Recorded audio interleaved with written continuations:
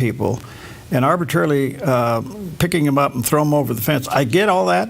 Illegal, I get all that. Here's the problem. We have to quickly come up with a yellow card or something, because businesses are not going to have the employees, especially the agricultural world, to bring in the harvest. Yeah. We are dangerously close to making a huge mistake. And my only thing to Mr. Holman is, I understand it, I get it, and I applaud it, but make sure you're getting the bad guy. Mm-hmm. Okay? And it's hard to do that when you're vetting people on the run. But boy, oh boy, there's a lot of people here that the system allowed in under the pretense that they could go ahead and become citizens and contribute and work, and they are working, they are paying taxes, and they are doing their thing. They're just not citizens. And then we got to figure out a way, in my opinion, we got to figure out a way to keep them working, because they're doing the work, quite frankly, Americans won't do. Mm-hmm. Yeah. Yeah. And I don't know how you draw the line there, but make sure you really get the bad people first, and then we have to figure out a way to come up with a yellow card or something. A guest worker program, yes. Some kind of a worker program, because I'm telling you, if we don't get our harvest in this fall, and those farmers lose a harvest because they can't get the people to harvest it, they're broke. Yep.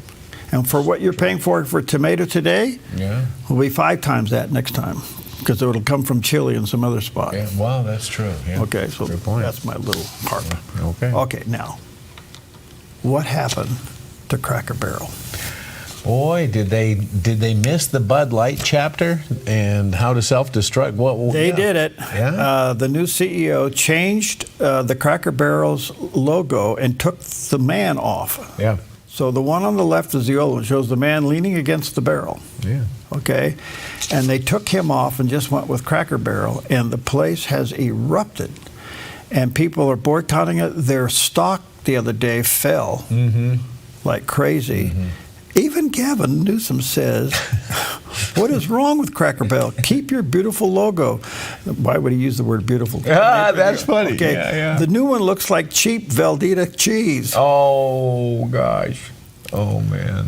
The pushback has been huge. Yeah. Now, you know what's cool about this? What? It is a slight bend towards wokeism, and the people said no. Right. Yeah. And their customer base is about as broad as you can get. Oh, yeah. Yeah. And the customers said no. I wonder if they can recover. I don't know. And what happened to the 3 that we had here in the state, or the 4 we had in the state? Well, They're all gone. lost ours, yeah. They're all gone. Yes. So Cracker Barrel did a slight little change, and the public said no. And they said no over something that is very traditional. I'm going, gosh, this tells me that middle America has woken up and rejected wokeness.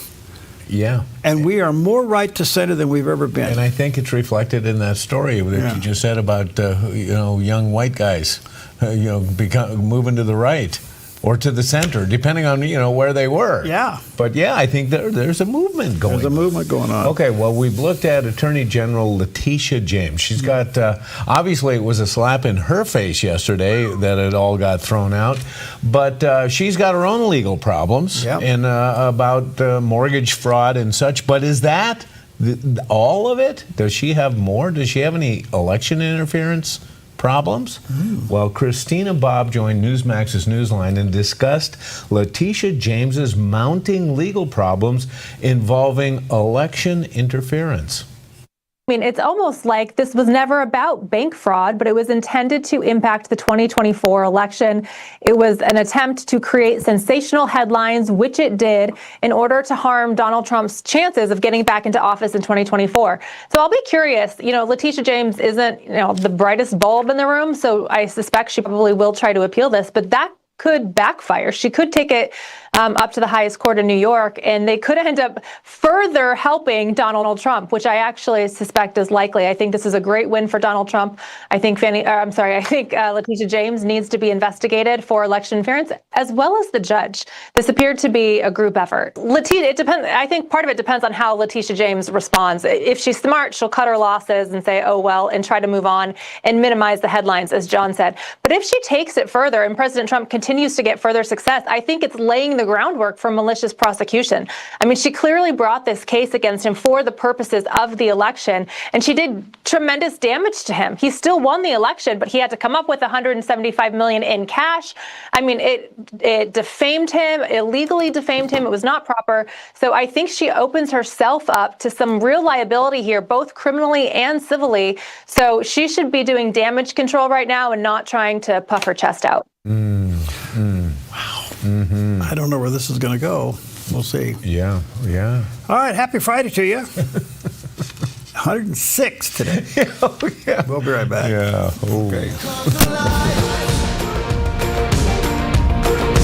Everything comes alive. Everything comes alive.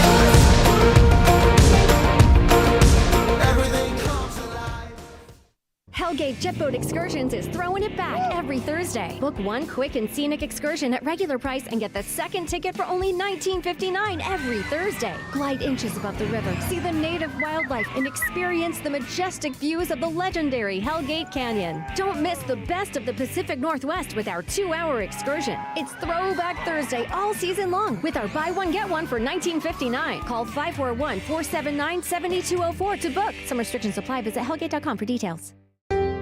Come fall in love with Northridge Senior Living, where contemporary sunlit interiors meet old world elegance.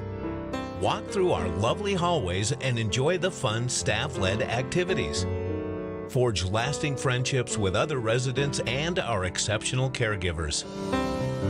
Dine in style.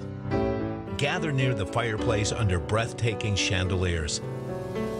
Our reasonably priced apartments are spacious with private balconies. Northridge is Christian-owned and operated, pet-friendly, and only 2 blocks from Asante Rogue Regional Medical Center. On-site 24/7 in-home care is available. We also offer senior adult daycare where your loved one can spend the day with us and the evenings with you. Northridge Senior Living, your home. Finding that next great series to binge watch is fun, but your neck, shoulders, and body don't count that as me time. Hi, I'm Tamara Miller, owner of Organic Element Spa, and I invite you to put down the remote, get off the couch, and schedule yourself some real me or we time with your favorite service, like one of our many massages, couples massages, or facials. Your health, safety, and comfort are always top priority with us at Organic Element Spa. We can't wait to see you. Book your appointment today. Good morning. How y'all doing out there? Happy Friday, going into a very hot couple of days, and today it starts triple digits well across the landscape. So be careful. I understand cooling centers will be open in certain towns and things like that. Leave some cold water in a shady area for your pets. Yeah. And also, especially dogs, make sure they're not left on hot surfaces. Yeah. Good little pet can get pretty hot. Well, it's true, yeah. Yep. So take care of them. All right, a lot going on, and especially in the Middle East. Let's check back in with our friends at CBN News. This is CBN News Watch. Thank you so much for joining us for CBN News Watch on this Friday, August 22nd. I'm Ephraim Graham. We're going to begin this half hour in the Middle East, where Israel's Prime Minister Benjamin Netanyahu approved IDF plans to capture Hamas's major stronghold of Gaza City Thursday. As Chris Mitchell now reports from Gaza, CBN News also got an exclusive look at one organization on the front lines feeding the people of Gaza. Netanyahu met with the IDF Chief of Staff and Defense Minister. We are in the decision-making phase. I arrived in the Gaza division today to approve the plans that the IDF presented to me and the Minister of Defense for taking over Gaza City and defeating Hamas. At the same time, I have instructed to begin immediate negotiations for the release of all of our hostages and an end to the war on terms acceptable to Israel. These two things, defeating Hamas and releasing all of our hostages, go hand in hand. In response to charges of genocide against the people of Gaza, Israel argues that it makes efforts to protect civilians in its war against Hamas. On the eve of the military operation, the IDF released this audio of an Israeli officer calling medical officials inside Gaza City to arrange safe passage for the sick and wounded to southern Gaza.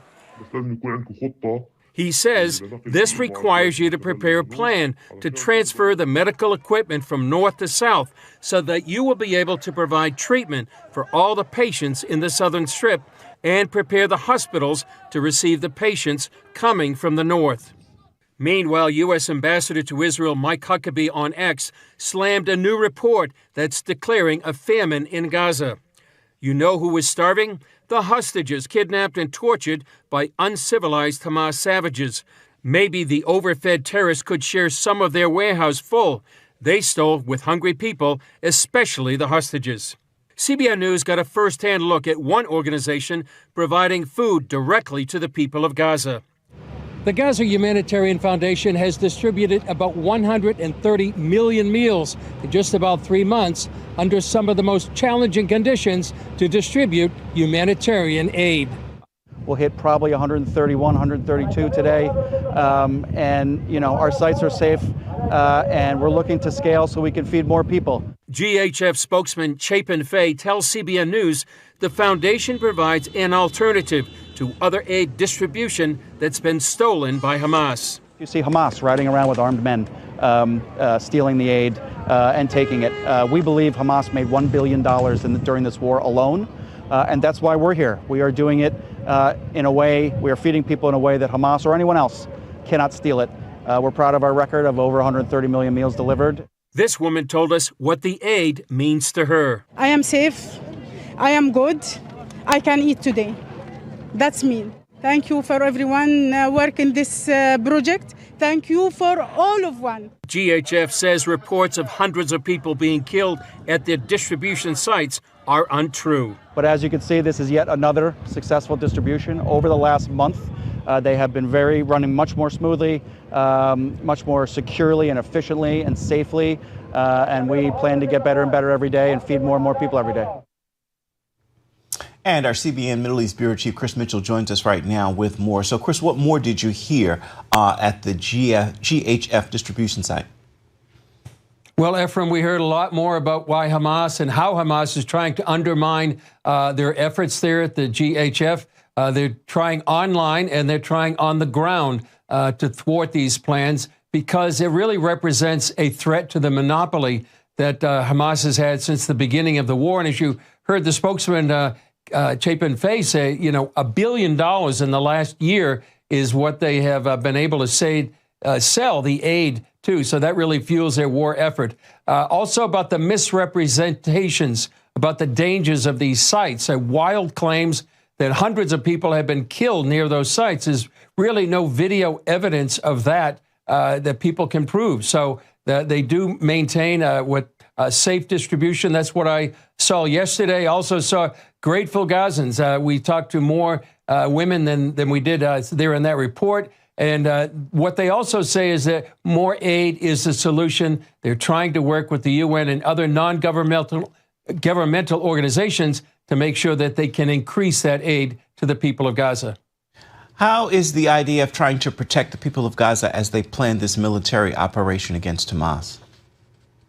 Well, as you heard in that audio recording, the IDF is calling the people of in Gaza City and especially the medical people there. They're doing that, but they're also giving evacuation orders.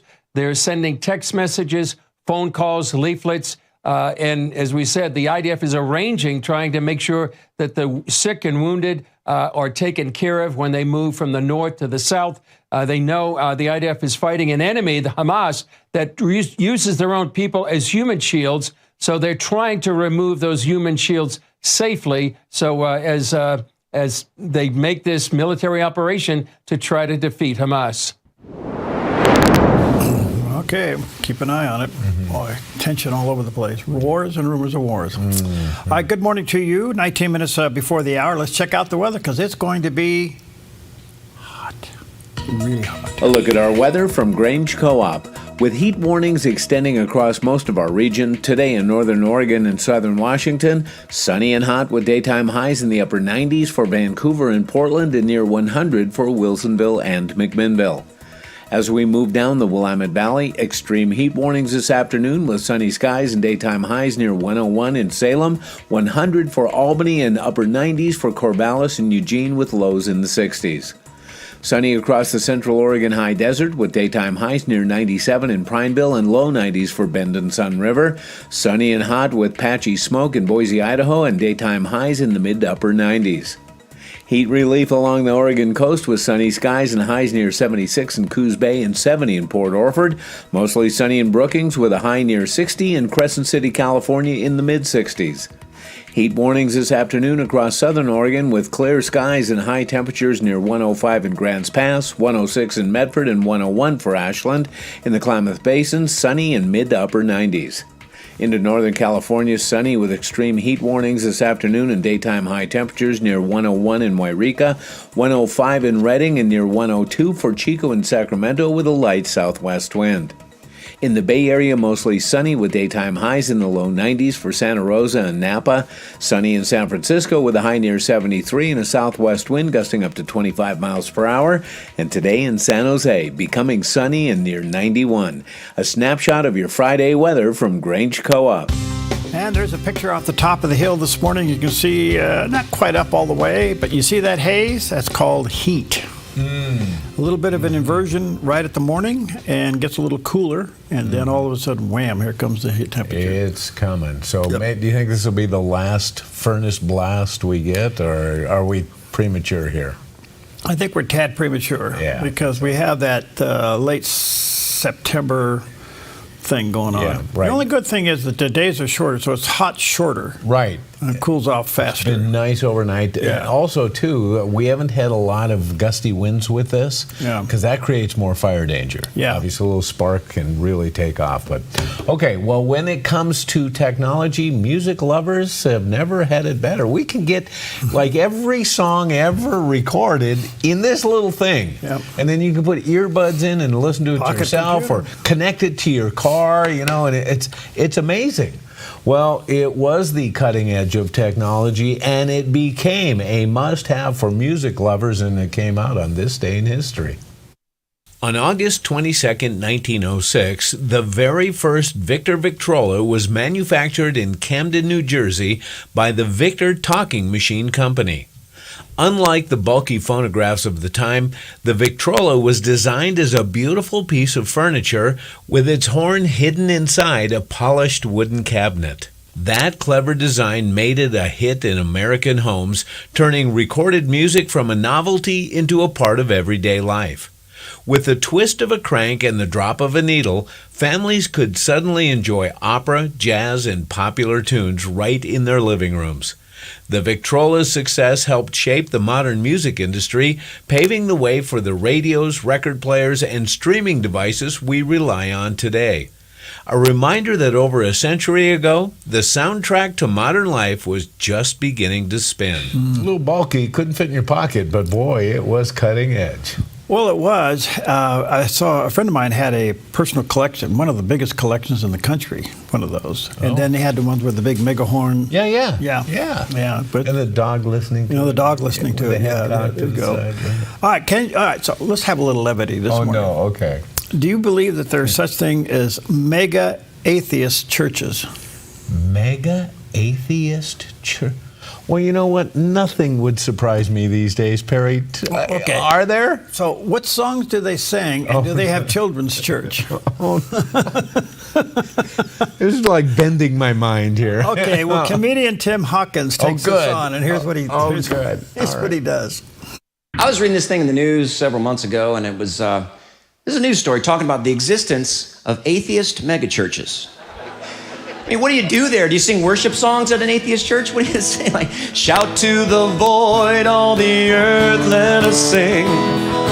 Power and majesty, praise to nothing. What do you sing to?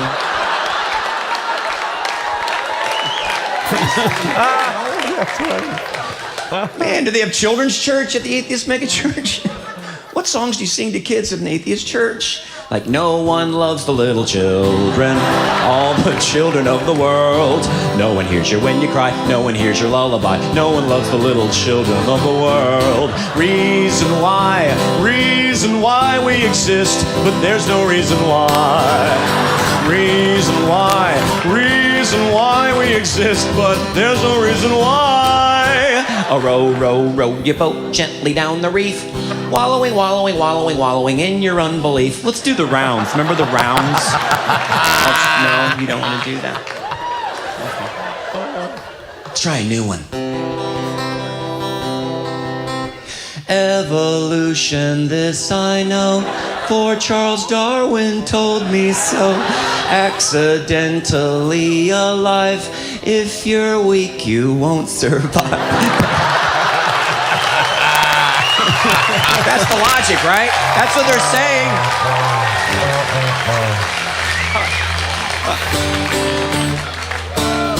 I am an A. I am an A-T. I am an A-T-H-E-I-S-T. And I have N-O-T-H-I-N-G to give me hope and certainty. And when I D-I-E, I will be A-L-O-N-E. Hey! Oh, golly. Oh, my gosh. We need that for Friday. Oh. All right, we'll be right back.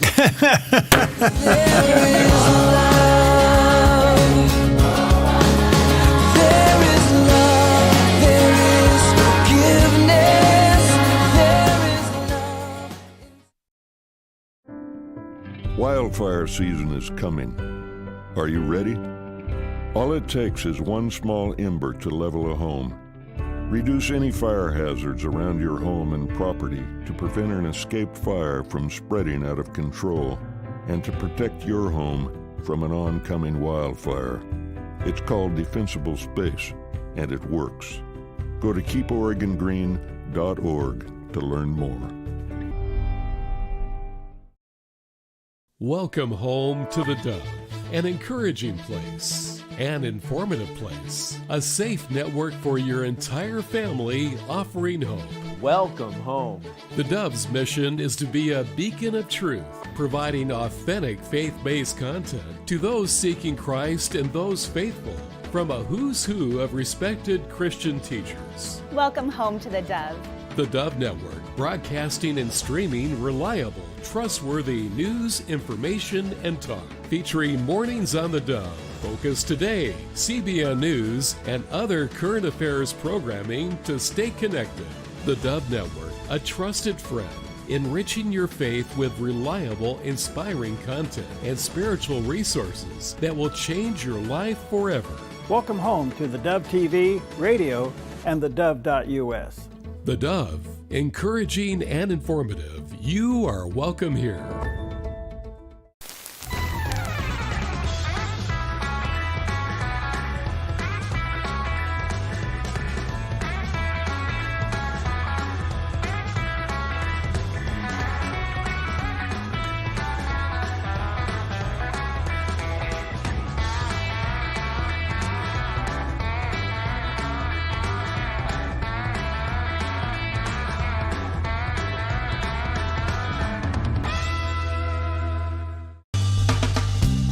All right, good morning to you. Recently, I had Dr. Tom Rainier on. He's quite the researcher, and we talked about he calls it the inflection point, and basically what's driving Gen Z people to reconsider faith. We talked about this earlier. Younger Gen Z men are turning to faith, and certainly an increase in patriotism, and they're paying more attention to what's going on. They're realizing that the social media basically is fake life. You know, it's just, have you ever seen anybody not happy on social media? Gosh. Okay, so it creates a comparison thing. But anyway, here's his take on it. Well, there was a point where generations began to see a change take place. And the generation, particularly Gen Z, we've talked about previous generations. You can go all the way back to the silent generation, the baby boomers, Gen X, millennials, Gen Z. But there was a point where we began to see some changes in Gen Z. And when I say we're talking mainly about those in the mental health industry. And they began to see things happening like emergency room visits for self-help going up, 48% with boys, but 189% with girls. Suicide rates going up, 71% with boys, but 167% with girls. Anxiety, depression, all of those issues. And again, all of these were coming from the secular world, but they were trying to figure out what is going on. Well, the inflection point took place when Gen Z started putting a computer in front of their face that was loaded not only with the internet, not only with social media, but all the harms that come their way. And that they basically moved into an alternate reality. And that reality has messed up their mind. That reality has messed up who they are. And it certainly has not been a worldview, a Christian worldview at all. In the midst of all of this, there is a great deal of hope. There's a great deal of hope because this generation knows it's missing something now. Living in front of that screen for this many years, especially during the adolescence, during the time of their puberty, when their minds were being shaped in profound ways, during that time, they began to say, I'm missing something. I am not getting the fulfillment I thought I would. And this is one of the greatest opportunities, I believe, for the churches that I have ever seen in my long lifetime. So I give that great hope in the midst of the great challenge that we have. I think it's pretty profound. I think he makes a very good point there. My concern for it is that I think there's two alternatives. One is obviously when they are introduced to church. We talked a long time about this. When they're introduced to church, they embrace it. They like the feeling of belonging. Yeah. They like the feeling of structure. Okay. And they actually feel the transcendence of God. Okay. The other thing is we talked briefly about get these kids doing something outdoors. Yeah. Did you hear me? Yes. And it may be more than just playing baseball. Okay. Take them fishing. Right. Take them hiking. Yeah. Get them on a horse. Yeah. Get them out in the field, driving a tractor. Yeah. Get them outdoors. Yeah. All right, so much for that. Renard Jackson going to be with us, and Dr. William West will be with us. So we got some great conversation coming your way a little bit later on. Well, we love rescue stories. We love to look at heroes, and we got it this morning. Take a look at this. A dramatic rescue in Harrison County, Tennessee, is inspiring people nationwide after video of the moment spread across social media. The hero in the story is 22-year-old EPB employee Troy Plemons, who says timing and faith placed him exactly where he needed to be. After the rescue, he said, "I think God put me there." Plemons had been between job sites and stopped by his shop to grab some supplies, and that put him in the right place as a woman's vehicle was filling with floodwater and beginning to sink. At first, Plemons and others tried using a rope to reach her, but when it became clear that wouldn't work, instinct took over. He said, "I didn't think to do anything else but just jump in and get her out." He smashed 2 windows of the car before pulling the woman to safety, just minutes before the vehicle went under completely. The woman was able to dry off inside Plemons' work truck while he and others continued helping more stranded drivers. Plemons said there wasn't much conversation in the moment, but he knew she was very thankful. I would think so. Wow. Yeah. I love it when people, they just stop what they're doing, drop it, and they just react to it. Do you have something in your vehicle, especially your truck, that if you came upon something like that, or you have something that you could respond with? That I could, I should bring it. Break something? Well, I have some. It's a piece of equipment about this long.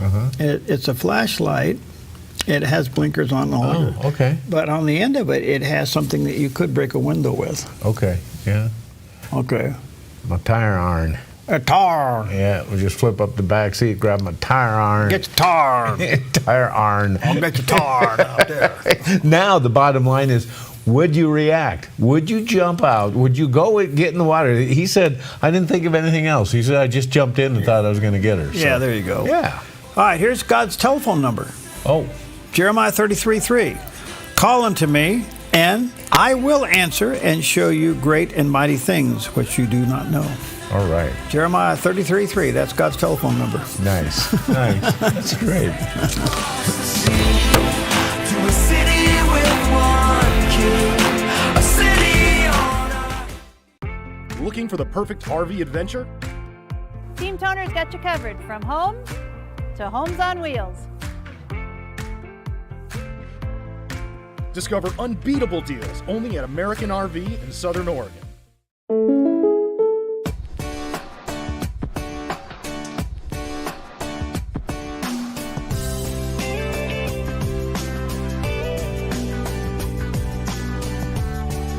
Combining your home and auto insurance could save you time and money. And who doesn't like that? Want surprisingly great rates on auto, home, and life? Now's the time to call State Farm agent Rory Wold in Medford. Like a good neighbor, State Farm is there.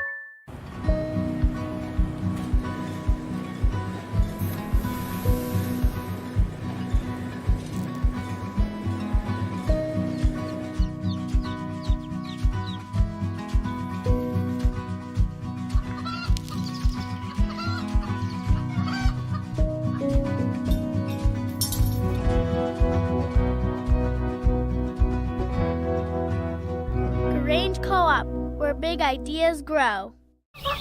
You feel most alive where you feel most at home. And this is living. Bobcat, the company that changed the way the world works, is coming home with a quality compact tractor built to match your quality of life. This isn't work you have to do. It's work you get to do. So get it done in a tractor that's all you. See your dealer or visit bobcat.com.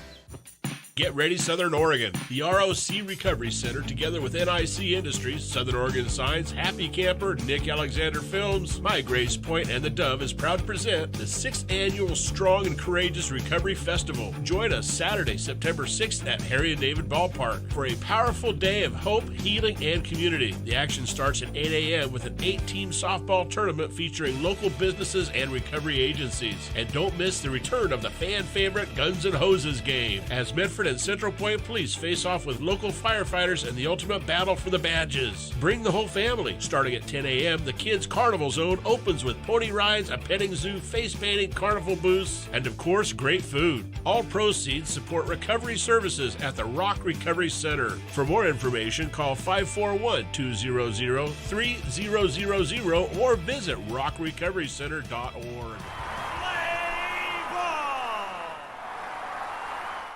You're watching theDove TV, encouraging and informative for Boise and the Treasure Valley.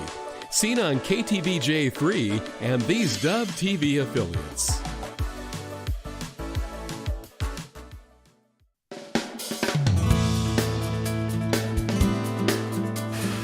Well, good morning, good morning, good morning. Happy Friday. Welcome to Mornings on the Dove. This is where Jerry is, I don't know if you're the cause of the 3-digit heat, but... No, I'm just reporting the facts. I know. So today is the beginning of really some hot weather throughout the Pacific Northwest. In our own backyard, could be as high as 106 today.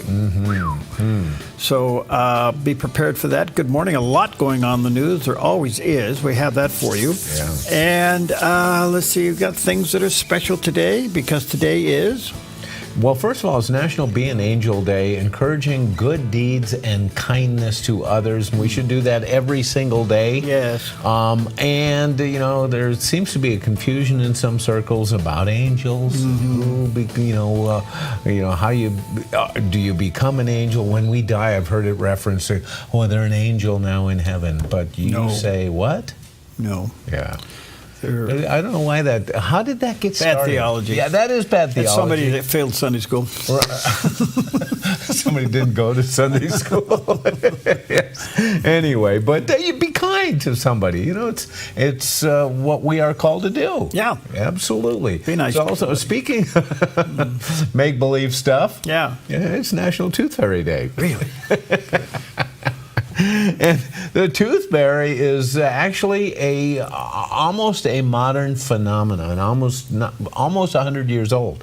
Because tooth fairies didn't really exist, well, in our imagination before 1927, when Esther Watkins Arnold brought the tooth fairy to life in a play that she wrote named The Tooth Fairy.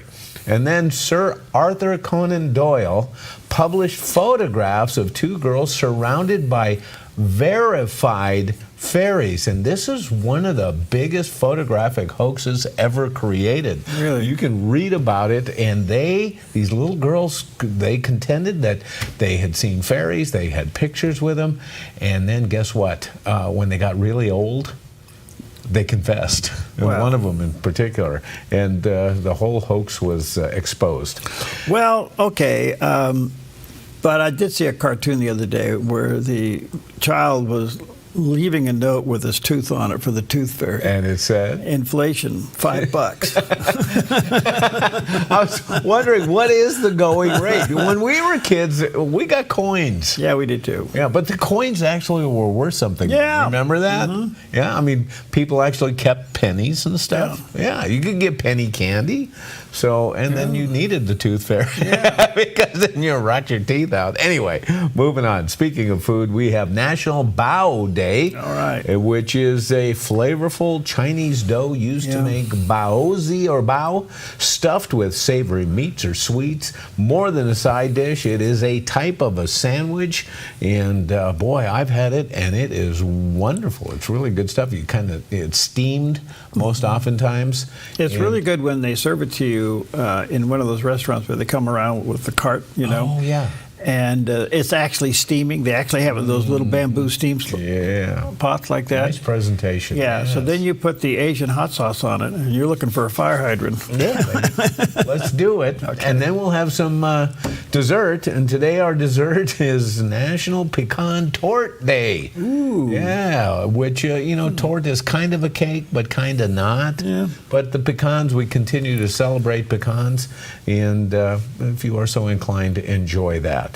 But looking at a cultural phenomena and certainly a commercial success in this country, Starbucks. Oh. Even, I don't care what time of the day you go by, you can find a line at Starbucks. But it didn't work everywhere because apparently they didn't do their market research real well in Australia, because Starbucks has flopped in Australia. They are a staple in many countries, but Aussies couldn't care less. Since opening dozens of locations in Australia in 2000, 70% have closed down, leaving only 23 cafes still operating in the country. Did they try to Americanize Australia? They did. They took the American business model down there, and they didn't adapt. Nope. Aussies are very proud people. Yep. They should have gotten rid of that coffee queen or whatever she is, the icon, put a kangaroo on it and say, "Good day, mate." And they've probably been okay. But no, there's certain countries that do not want to be Americanized. Yeah, it's true. Yeah. I mean, and if you have to know your audience, obviously. Yeah. And I don't know. Good day, good day, Starbucks. Good day, goodbye, Starbucks. Well, you know what? That's probably the caption down there. Yeah, probably it could be. Yeah. So, anyway, if you have your Starbucks, enjoy. And whatever form your coffee is coming in. Well, it's going to be a good day, but it's also going to be a hot day, according to this guy. A look at our weather from Grange Co-op. With heat warnings extending across most of our region, today in northern Oregon and southern Washington, sunny and hot with daytime highs in the upper 90s for Vancouver and Portland and near 100 for Wilsonville and McMinnville. As we move down the Willamette Valley, extreme heat warnings this afternoon with sunny skies and daytime highs near 101 in Salem, 100 for Albany and upper 90s for Corvallis and Eugene with lows in the 60s. Sunny across the central Oregon high desert with daytime highs near 97 in Prineville and low 90s for Bend and Sun River. Sunny and hot with patchy smoke in Boise, Idaho and daytime highs in the mid to upper 90s. Heat relief along the Oregon coast with sunny skies and highs near 76 in Coos Bay and 70 in Port Orford. Mostly sunny in Brookings with a high near 60 and Crescent City, California in the mid-60s. Heat warnings this afternoon across southern Oregon with clear skies and high temperatures near 105 in Grants Pass, 106 in Medford, and 101 for Ashland. In the Klamath Basin, sunny and mid to upper 90s. Into Northern California, sunny with extreme heat warnings this afternoon and daytime high temperatures near 101 in Wairika, 105 in Redding, and near 102 for Chico and Sacramento with a light southwest wind. In the Bay Area, mostly sunny with daytime highs in the low 90s for Santa Rosa and Napa. Sunny in San Francisco with a high near 73 and a southwest wind gusting up to 25 miles per hour. And today in San Jose, becoming sunny and near 91. A snapshot of your Friday weather from Grange Co-op. All right, good morning to you. There's a shot off of Roxy Ann down towards the southern part of the Rogue Valley, and you can see it is got a little haze out there. That's the air inversion. That'll turn to hot temperatures a little bit later today. Be careful out there. Okay. Yeah. Well, in Ecclesiastes 1, verse 9, it points out that there is nothing new under the sun. And here we have the Reverend Billy Graham saying that human nature has not changed, but the cross has the power to change. Human nature has not changed. Jeremiah the prophet said, as I said a moment ago, the heart is deceitful above all things and desperately wicked. Who can know it? All have sinned and come short of the glory of God. You're a sinner, I'm a sinner. Sin means that I've broken God's laws. I've broken the 10 commandments. If you have broken one commandment one time, you're guilty of all. Have you ever told a lie? Have you ever had lust in your heart? Then you're guilty. We're guilty before God. And because we're guilty, we're under sentence of death. Death in this life and death in the life to come. The way of salvation has not changed. In all these centuries, the way of salvation is still the same. Neither is there salvation in any other, for there's none other name under heaven given among men whereby we must be saved, in Acts 4:12. John 14:6 says, I am the way, the truth, and the life. No man cometh to the Father but by me. In the last generation, the only way to God was through Christ. In this generation, the only way to God will be through Christ.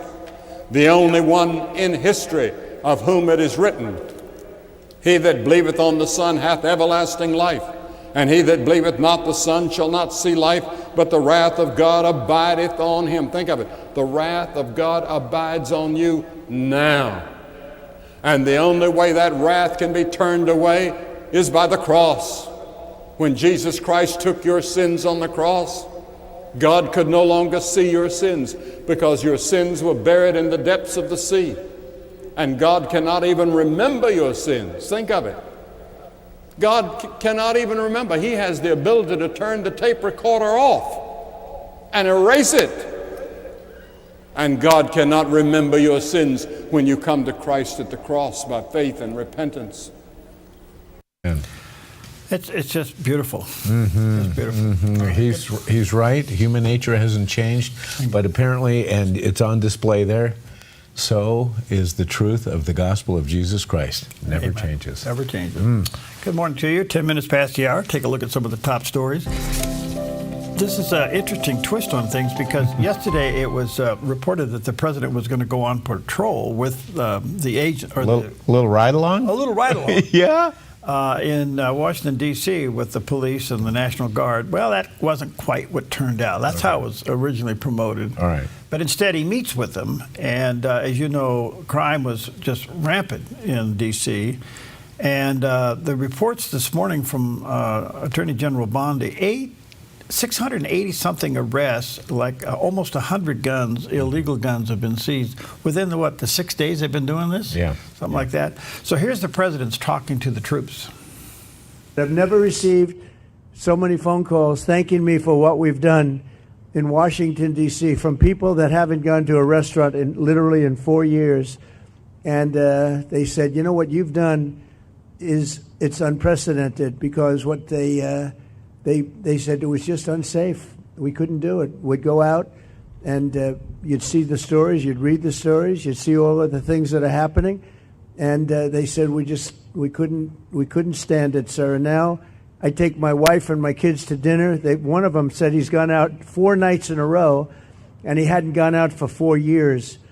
So it's a great tribute to you. We're not playing games. We're going to make it safe.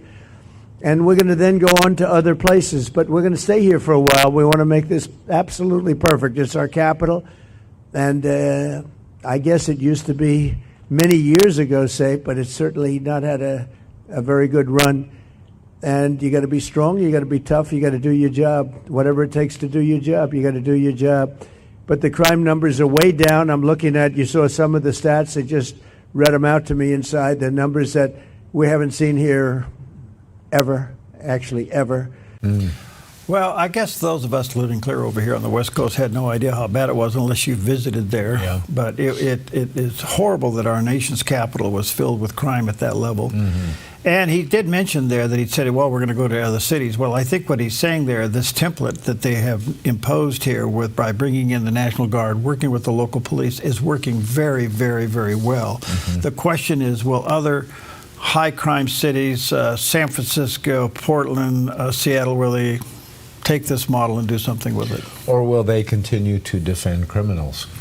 Well, we'll have a story here in a moment, but Holman is saying basically the target is sanctuary cities, and I think that's where you have to go. Absolutely. And D.C. was a sanctuary city, so this is kind of interesting. All right, the other story is a combination of two things, but the president has won such two big things in New York State. Do you remember when there was a coalition from the Attorney General, the judge, and other judges in the state they're going after him, and basically they got an injunction against him for $500 million, $500 million.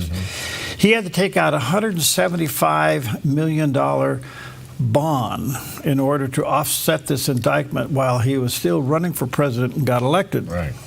Well, what's so interesting to me, they said that all along they felt that Trump was going to lose.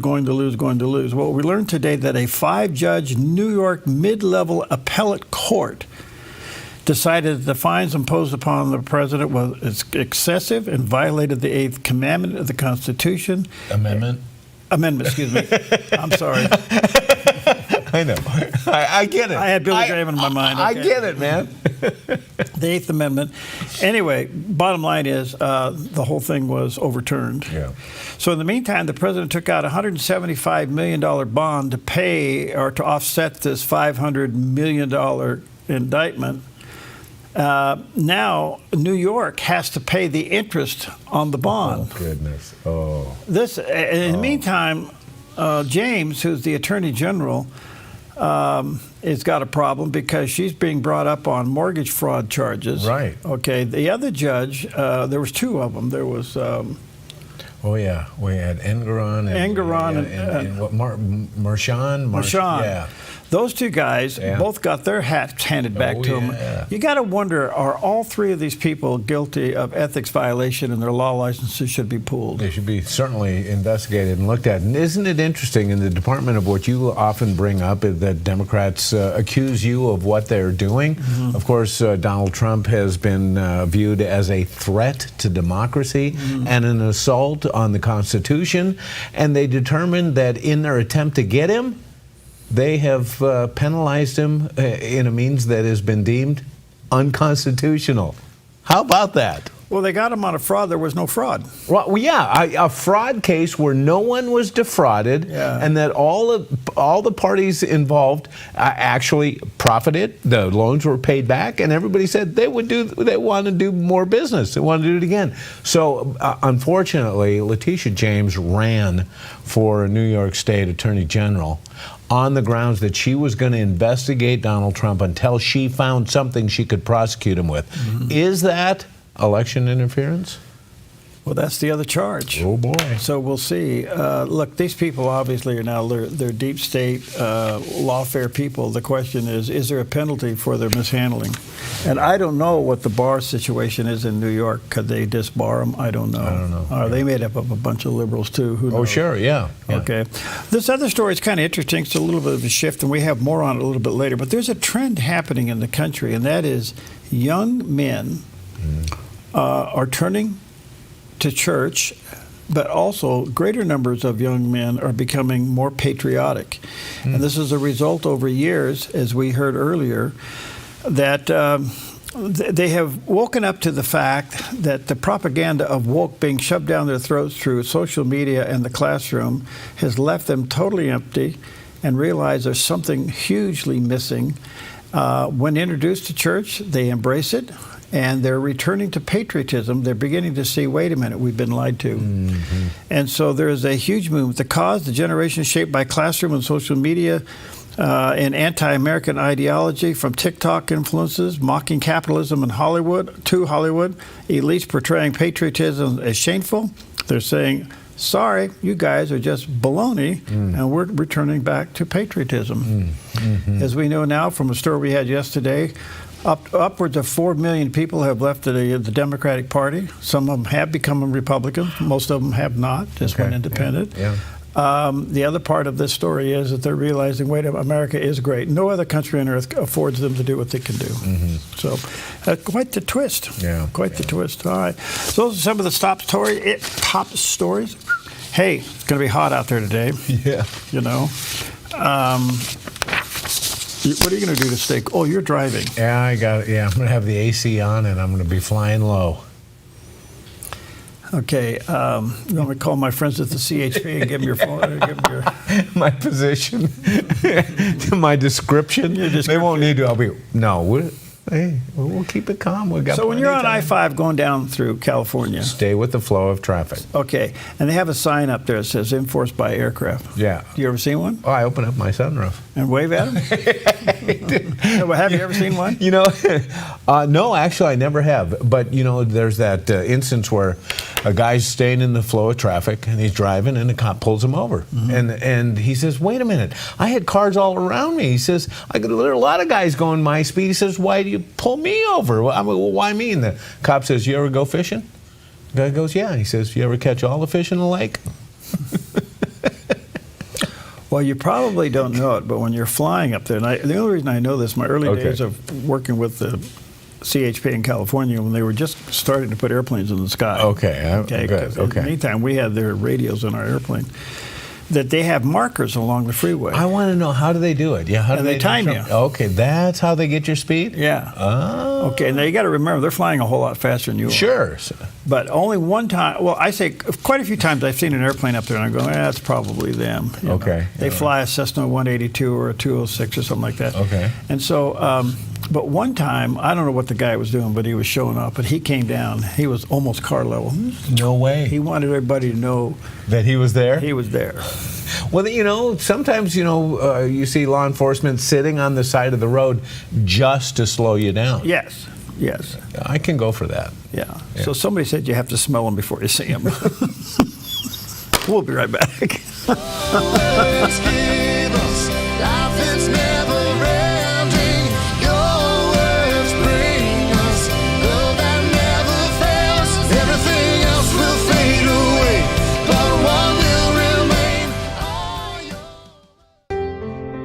Fall in love with Northridge Senior Living, where contemporary sunlit interiors meet old world elegance. Walk through our lovely hallways and enjoy the fun staff-led activities. Forge lasting friendships with other residents and our exceptional caregivers. Dine in style. Gather near the fireplace under breathtaking chandeliers. Our reasonably priced apartments are spacious with private balconies.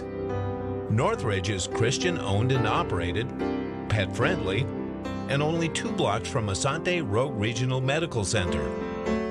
On-site 24/7 in-home care is available. We also offer senior adult daycare where your loved one can spend the day with us and the evenings with you. Northridge Senior Living, your home.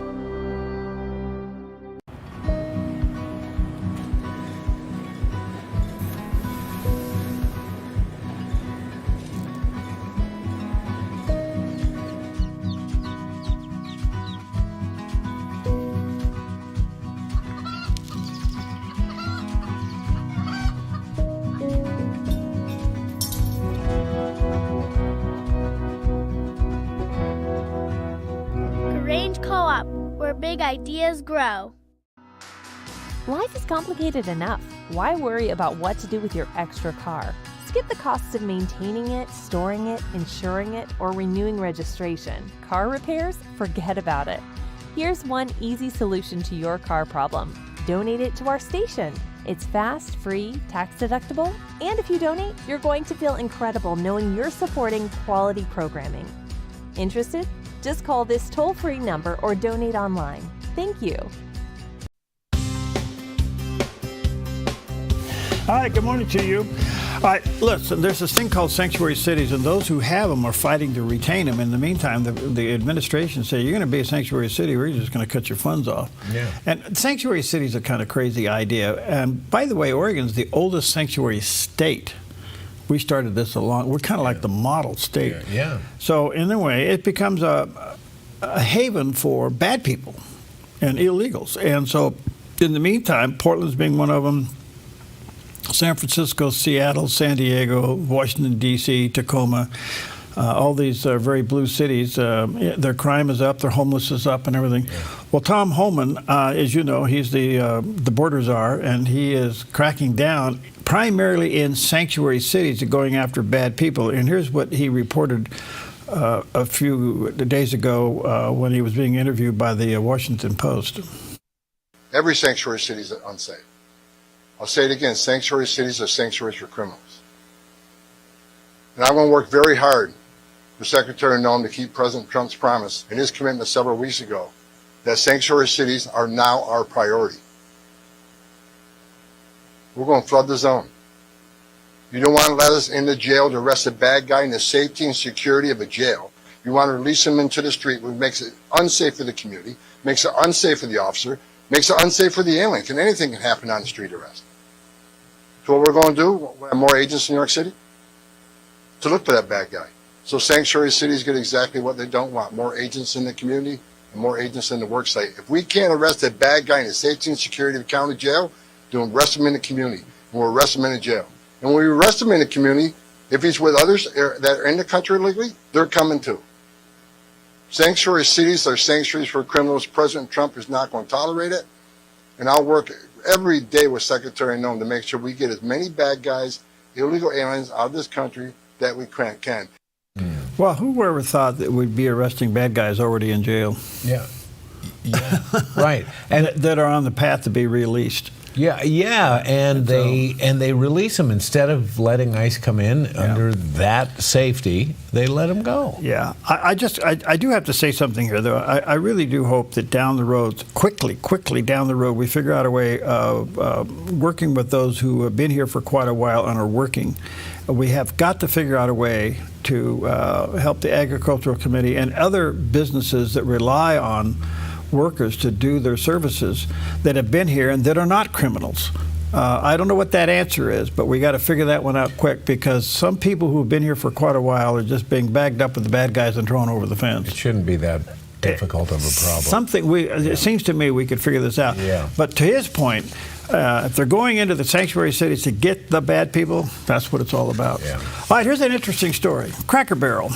Well, it looks like they've found the bottom of the barrel. Yes, indeed. The Cracker Barrel cracked. What happened was they got a new CEO, and they decided to revamp the look, and in doing so, they revamped the logo. And here's the picture. The one on the left is the original logo that shows the countryman leaning against the barrel. Yeah.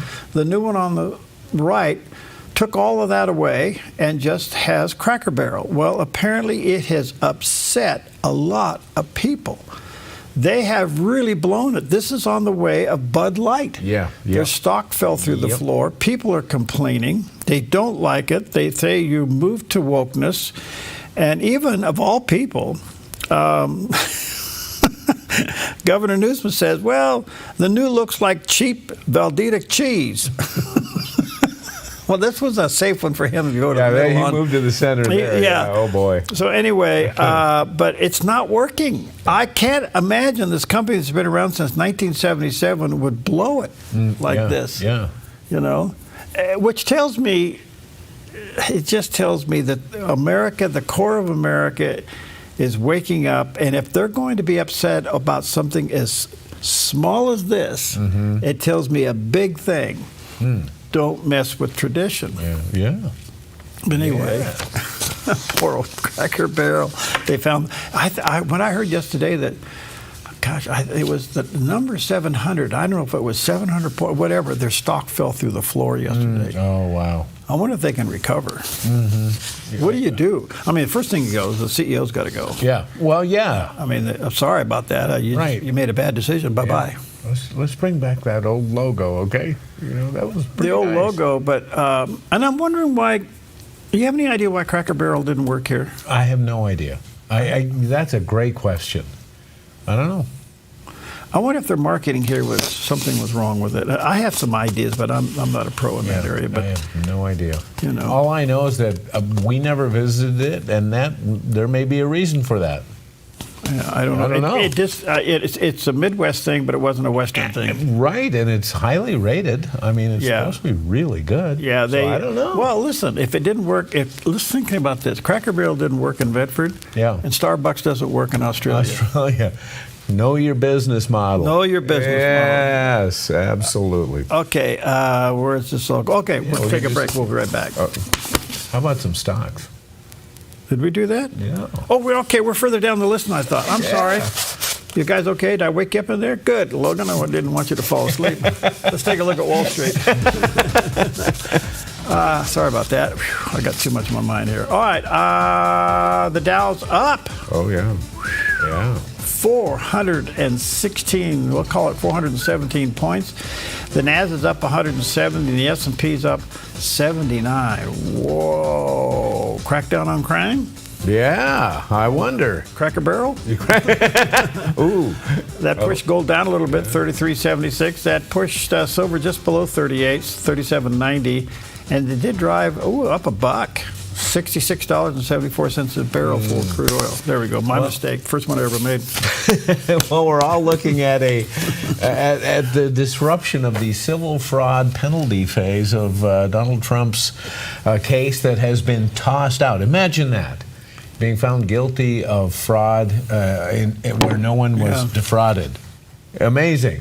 And, of course, Letitia James under the spotlight with all of this. But on Newsmax's National Report, Judge Andrew Napolitano reacted. Let's take a look. So just to clarify, this is not the criminal prosecution of Donald Trump in which he was convicted of 34 felonies for supposedly falsifying bookkeeping. This is the civil fraud action against Donald Trump. The allegations were that he exaggerated his wealth, and as a result of those exaggerations, got more favorable treatment from the banks. Deutsche Bank case. Right. Even though Deutsche Bank said we didn't lose a nickel and we would do business with him tomorrow. The penalty was $500 million. 5 minutes ago, the appellate division of the Supreme Court of the state of New York, which heard the appeals 7 months ago, said this penalty is so extraordinary it violates the provision of the Constitution of the United States, which prohibits cruel and unusual punishments. We're throwing it out. We are not necessarily throwing out the portion of the penalty that keeps a monitor in place to run the Trump organization, but we're throwing out the $500 million penalty.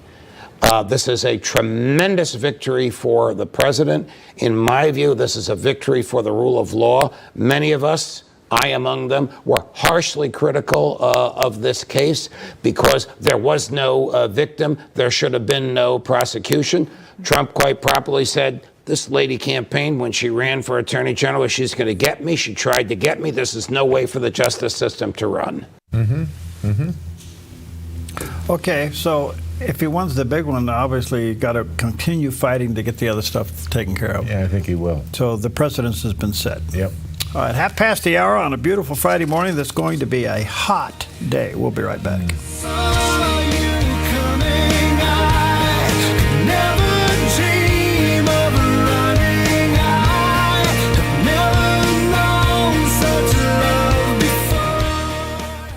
At Rogue Hearing in Phoenix, we help you hear life again, clearly and comfortably. From expert hearing tests to custom aids and more, the team at Rogue Hearing delivers care you can trust. Rogue Hearing in Phoenix at the shops at Exit 24. Personalized hearing care right here at home. Welcome to Rise Direct Primary Care. Imagine a healthcare experience where you're known by name, cared for like family, and treated with compassion. How is that possible? With an affordable, flat monthly membership, you receive unlimited primary care and minor urgent care visits. No insurance needed. At Rise Direct Primary Care, we offer a friendly, affordable healthcare experience where you get a whole hour with your provider. Located in Central Medford and accessible by phone or text, we can typically get you in the same or next day. We prescribe urgent care medications directly from our office, saving you a trip and wait time at the pharmacy when you'd rather be at home getting better. Personalized medical care with a human touch. Rise Direct Primary Care is all about healing the sick with compassion and keeping the healthy healthy.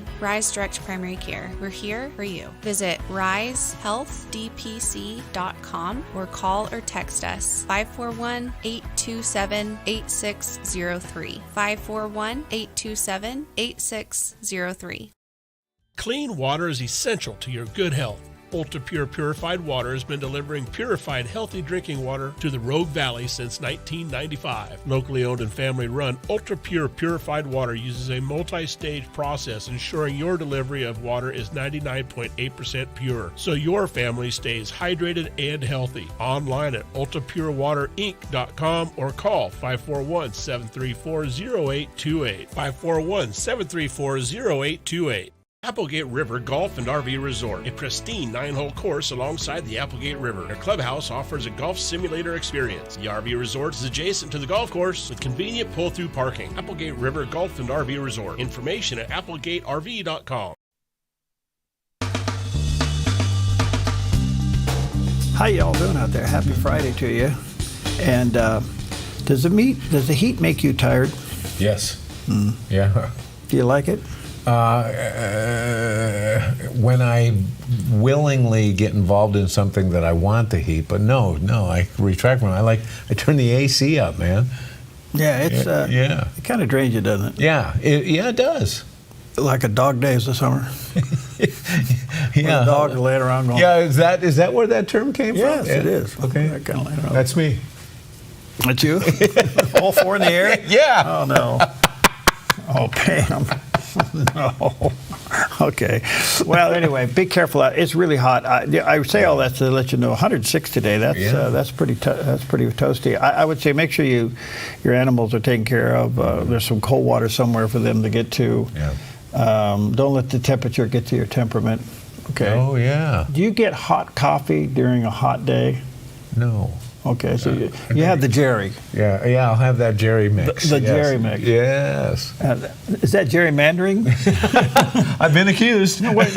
So basically what you're doing, you're gerrymandering coffee. All right, let's check in with CBN News Watch. We'll be right back. This is CBN News Watch. Thank you so much for joining us for CBN News Watch on this Friday, August 22nd. I'm Ephraim Graham. We're going to begin this half hour in the Middle East, where Israel's Prime Minister Benjamin Netanyahu approved IDF plans to capture Hamas's major stronghold of Gaza City Thursday. As Chris Mitchell now reports from Gaza, CBN News also got an exclusive look at one organization on the front lines feeding the people of Gaza. Netanyahu met with the IDF Chief of Staff and Defense Minister. We are in the decision-making phase. I arrived in the Gaza division today to approve the plans that the IDF presented to me and the Minister of Defense for taking over Gaza City and defeating Hamas. At the same time, I have instructed to begin immediate negotiations for the release of all of our hostages and an end to the war on terms acceptable to Israel. These two things, defeating Hamas and releasing all of our hostages, go hand in hand. In response to charges of genocide against the people of Gaza, Israel argues that it makes efforts to protect civilians in its war against Hamas. On the eve of the military operation, the IDF released this audio of an Israeli officer calling medical officials inside Gaza City to arrange safe passage for the sick and wounded to southern Gaza.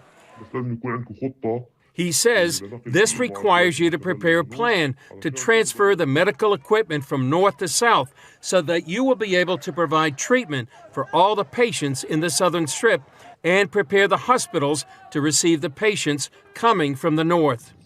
Meanwhile, U.S. Ambassador to Israel Mike Huckabee on X slammed a new report that's declaring a famine in Gaza. You know who is starving? The hostages kidnapped and tortured by uncivilized Hamas savages. Maybe the overfed terrorists could share some of their warehouse full they stole with hungry people, especially the hostages. CBN News got a first-hand look at one organization providing food directly to the people of Gaza. The Gaza Humanitarian Foundation has distributed about 130 million meals in just about 3 months under some of the most challenging conditions to distribute humanitarian aid. We'll hit probably 131, 132 today. And, our sites are safe and we're looking to scale so we can feed more people. GHF spokesman Chapin Fay tells CBN News the foundation provides an alternative to other aid distribution that's been stolen by Hamas. You see Hamas riding around with armed men, stealing the aid and taking it. We believe Hamas made $1 billion during this war alone, and that's why we're here. We are doing it in a way, we are feeding people in a way that Hamas or anyone else cannot steal it. We're proud of our record of over 130 million meals delivered. This woman told us what the aid means to her. I am safe. I am good. I can eat today. That's me. Thank you for everyone working this project. Thank you for all of one. GHF says reports of hundreds of people being killed at their distribution sites are untrue. But as you can see, this is yet another successful distribution. Over the last month, they have been running much more smoothly, much more securely and efficiently and safely. And we plan to get better and better every day and feed more and more people every day. And our CBN Middle East Bureau Chief Chris Mitchell joins us right now with more. So, Chris, what more did you hear at the GHF distribution site? Well, Ephraim, we heard a lot more about why Hamas and how Hamas is trying to undermine their efforts there at the GHF. They're trying online and they're trying on the ground to thwart these plans because it really represents a threat to the monopoly that Hamas has had since the beginning of the war. And as you heard the spokesman, Chapin Fay, say, $1 billion in the last year is what they have been able to sell the aid to. So that really fuels their war effort. Also about the misrepresentations, about the dangers of these sites, wild claims that hundreds of people have been killed near those sites. There's really no video evidence of that that people can prove. So they do maintain safe distribution. That's what I saw yesterday. Also saw grateful Gazans. We talked to more women than we did there in that report. And what they also say is that more aid is the solution. They're trying to work with the UN and other non-governmental organizations to make sure that they can increase that aid to the people of Gaza. How is the IDF trying to protect the people of Gaza as they plan this military operation against Hamas? Well, as you heard in that audio recording, the IDF is calling the people of in Gaza City and especially the medical people there. They're doing that, but they're also giving evacuation orders. They're sending text messages, phone calls, leaflets. And as we said, the IDF is trying to make sure that the sick and wounded are taken care of when they move from the north to the south. They know the IDF is fighting an enemy, the Hamas, that uses their own people as human shields. So they're trying to remove those human shields safely. So as they make this military operation to try to defeat Hamas. Okay, hard to believe. Can you get your head around 130-something million meals? That's amazing. Yeah, and then see the aid literally being hijacked from Hamas, them sitting on the trucks with their guns stealing it. Absolutely, and of course, none of that video will be shown on legacy media. No, it's just stunning. All right, let's check out the weather because the operative word is hot. A look at our weather from Grange Co-op. With heat warnings extending across most of our region, today in northern Oregon and southern Washington, sunny and hot with daytime highs in the upper 90s for Vancouver and Portland and near 100 for Wilsonville and McMinnville. As we move down the Willamette Valley, extreme heat warnings this afternoon with sunny skies and daytime highs near 101 in Salem, 100 for Albany and upper 90s for Corvallis and Eugene with lows in the 60s. Sunny across the central Oregon high desert with daytime highs near 97 in Prineville and low 90s for Bend and Sun River. Sunny and hot with patchy smoke in Boise, Idaho and daytime highs in the mid to upper 90s. Heat relief along the Oregon coast with sunny skies and highs near 76 in Coos Bay and 70 in Port Orford. Mostly sunny in Brookings with a high near 60 and Crescent City, California in the mid-60s. Heat warnings this afternoon across southern Oregon with clear skies and high temperatures near 105 in Grants Pass, 106 in Medford, and 101 for Ashland. In the Klamath Basin, sunny in mid to upper 90s. Into Northern California, sunny with extreme heat warnings this afternoon and daytime high temperatures near 101 in Wairika, 105 in Redding, and near 102 for Chico and Sacramento with a light southwest wind. In the Bay Area, mostly sunny with daytime highs in the low 90s for Santa Rosa and Napa. Sunny in San Francisco with a high near 73 and a southwest wind gusting up to 25 miles per hour. And today in San Jose, becoming sunny and near 91. A snapshot of your Friday weather from Grange Co-op.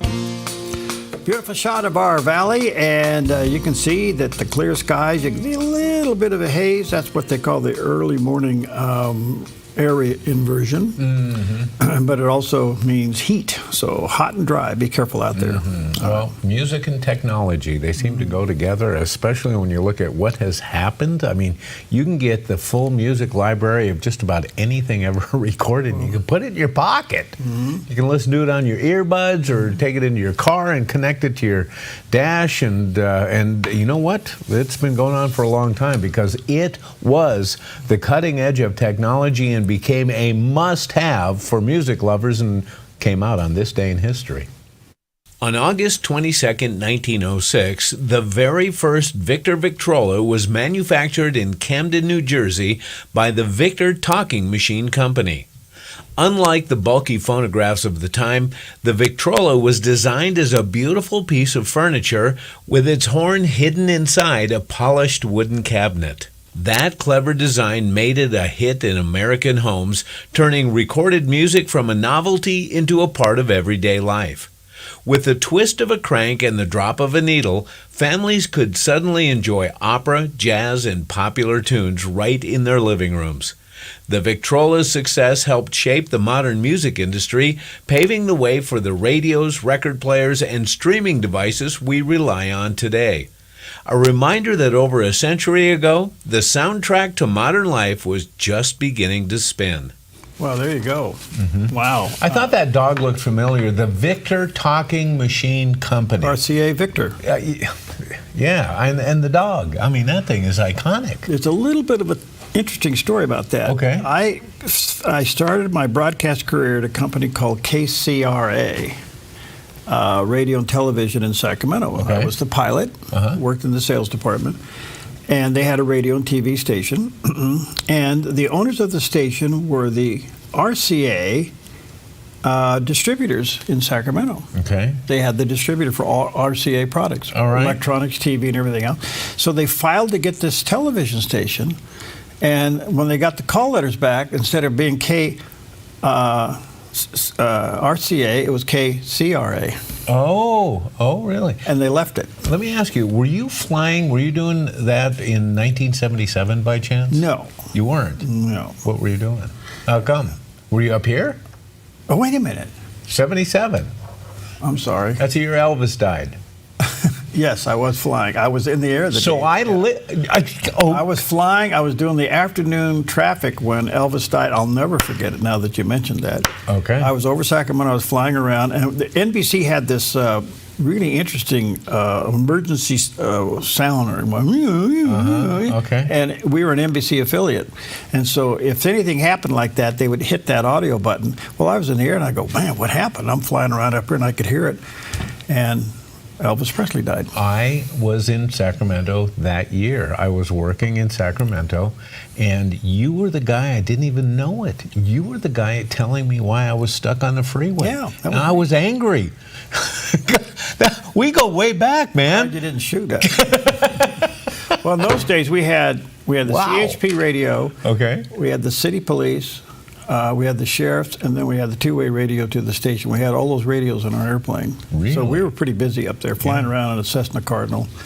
And we could fly lower than you can now. We were flying around about 1,200 feet. Really? You couldn't even do that today. Who's we? Who was in the plane? Well, there was one other pilot and I, Dan Shively. And Dan went on to the television side, and he flew the helicopter, and I stayed on the radio side and flew the airplane. But it was really interesting because the day that Elvis died, that thing came on. And I did no more traffic reports that day. They said, stay in the air. We don't know if we're coming to you. Oh. And for 2 hours, they talked about Elvis and played music and did all that stuff. Oh, wow. Okay. But we had to stay up there flying. I heard you, man. I heard you. Did I give you any bad directions? I probably did. No bad directions, but I didn't feel very good about why, I was stuck in traffic. But that's the way it is. Well, I have to tell you one other quick story. When I got the job to fly the plane, the morning that I was supposed to start, I pulled the plane out of the hangar. We're talking 5:30 in the morning or something. No, I had to be in the air at 5:30. It was like 5 o'clock. Wow. And I pulled the plane out, and the guy on the radio said, are you there? And I go, yeah. And he said, are you airborne? I said, no, where's the reporter? They said, well, you're the reporter. They didn't tell me that part. You thought you were just flying? I thought I was just flying the airplane. They said, no, you're the reporter. Oh, wow. Boy, the first week? Wow. Oh, gosh. Oh, I was saying things I didn't even believe. I'm flying around. I think that's Highway 50. That's 80. Oh, man. That's the Causeway. It took me a week to get my air bearings. Do you have any of those old tapes? Oh, gosh. Thank God I don't. Oh, I wish you did. Oh, man. Sorry. Okay, back to something really fun. We got to get this story in because this is good. All right. I heard that there may be, I've never heard anything about it to be exact, mega atheist churches. What? Well, what if there are some? Okay. How do they do worship in children's church? Okay. Well, comedian Tim Hawkins, he kind of handles this one. I was reading this thing in the news several months ago, and it was a news story talking about the existence of atheist megachurches. I mean, what do you do there? Do you sing worship songs at an atheist church? What do you say? Like, shout to the void, all the earth, let us sing. Power and majesty, praise to nothing. What do you sing to? Shout to the void. Oh, that's so good. Man, do they have children's church at the atheist megachurch? What songs do you sing to kids at an atheist church?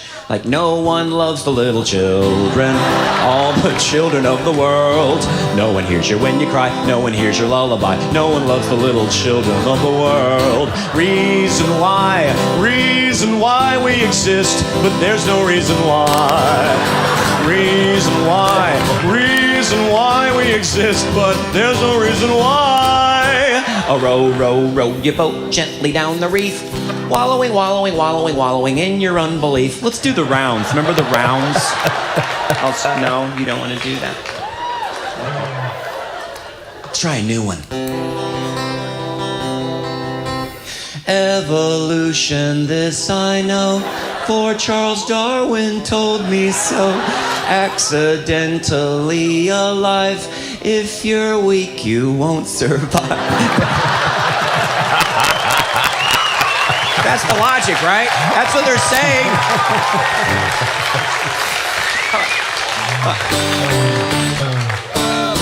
I am an A.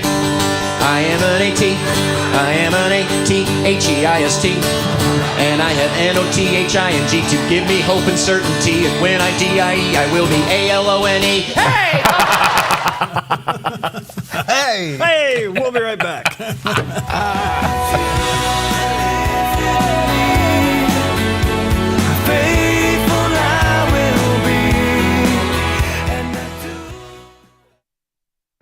The threat of wildfire poses a growing risk to Oregonians.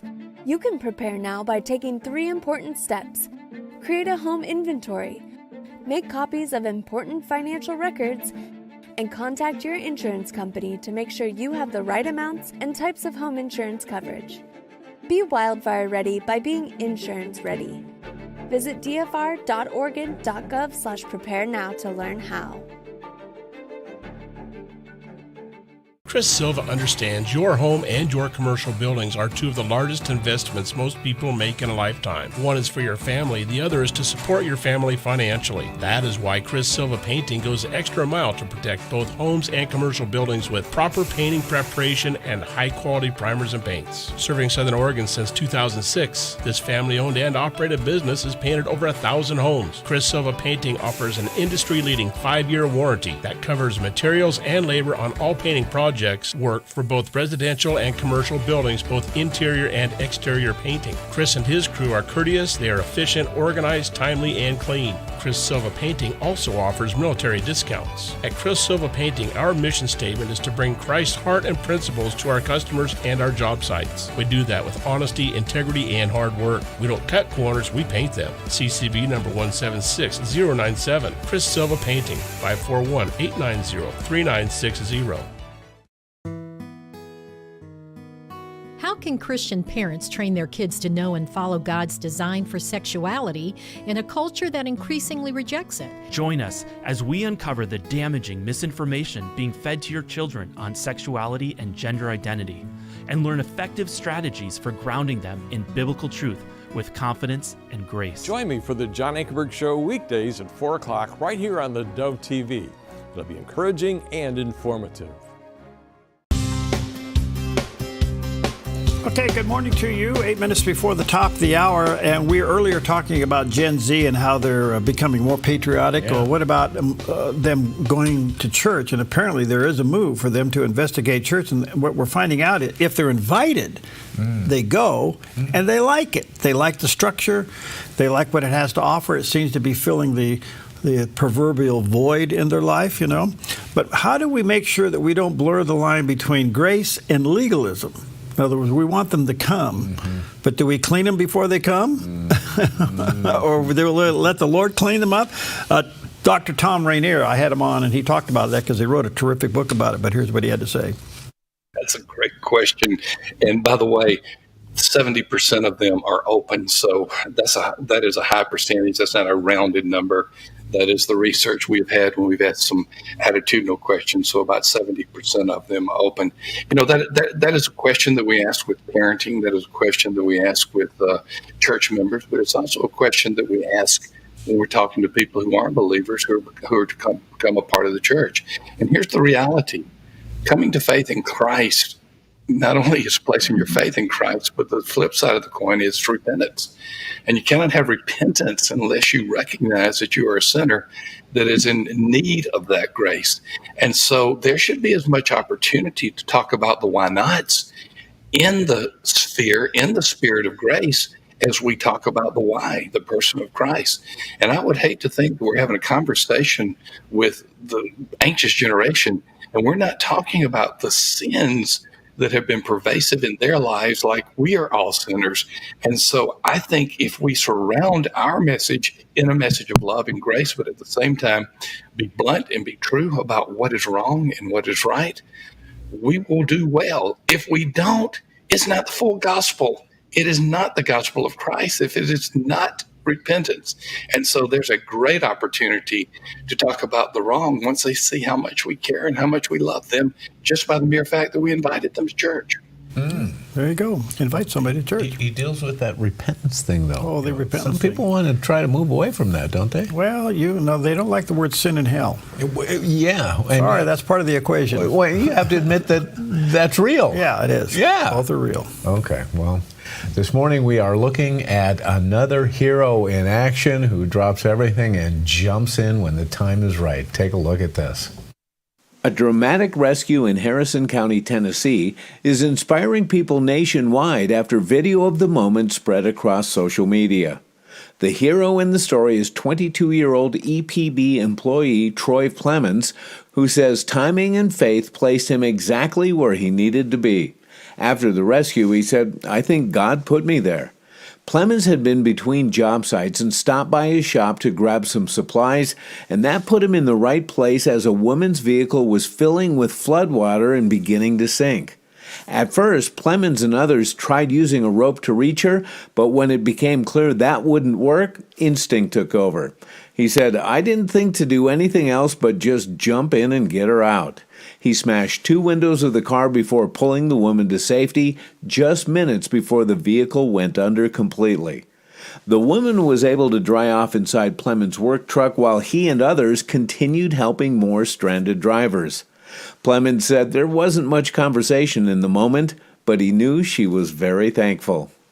Wow. You're right. He must have been in a hurry. He didn't even take his ball cap off. Oh, he just went in there. He was this deep in water. He was with his ball cap on. Oh, that was pretty cool. That's good stuff all the way around. All right, listen, it's very, very hot over the weekend. I don't know where you are, what you're going to be doing. Please be very, very careful and be considerate of others. Don't let the temperature get to your temperament. Have a Jerry if it gets too hot. Right, have fun on the river. Have fun on the river, in the pool. Be careful, be careful, be careful. And leave some cold water for your pets, okay? All right, here is the Lord's phone number. Now, you might try texting it. I don't know. But here's his phone number, Jeremiah 33:3. It says, "Call unto me, and I will answer you, and show you great and mighty things which you do not know." Well, guess what? Dial the number. Call the Lord and see what he does. All right. Have a great weekend. Stay safe.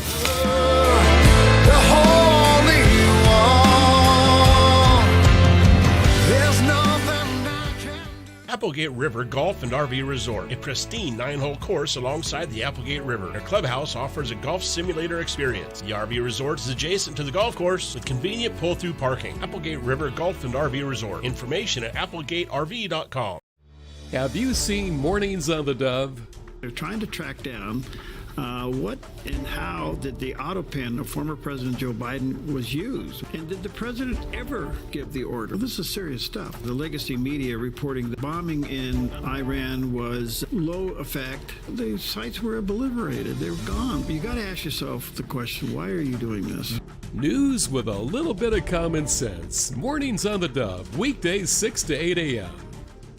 Since 1987, Four Seasons Nursery has been the gold standard in the green industry here in Southern Oregon. Tim Albert and his friendly staff continue to offer the best plants and most accurate knowledge to create your dream landscape. At Four Seasons Nursery on Crater Lake Avenue, you can let your imagination run wild with a huge selection of all things plant and gardening for both inside and outside beautification. Whether it's a flower for your window seal, one of our beautifully renowned signature hanging baskets, or a complete landscape design for your entire property, Four Seasons Nursery can help you every step of the way with design services, workshops, and more. Let your imagination run wild as you immerse yourself in their nursery filled with beauty that knows no bounds. Four Seasons Nursery, 5736 Crater Lake Avenue, 5736 Crater Lake Avenue, 1/2 mile north of Vilas Road, 541-779-5603, 541-779-5603.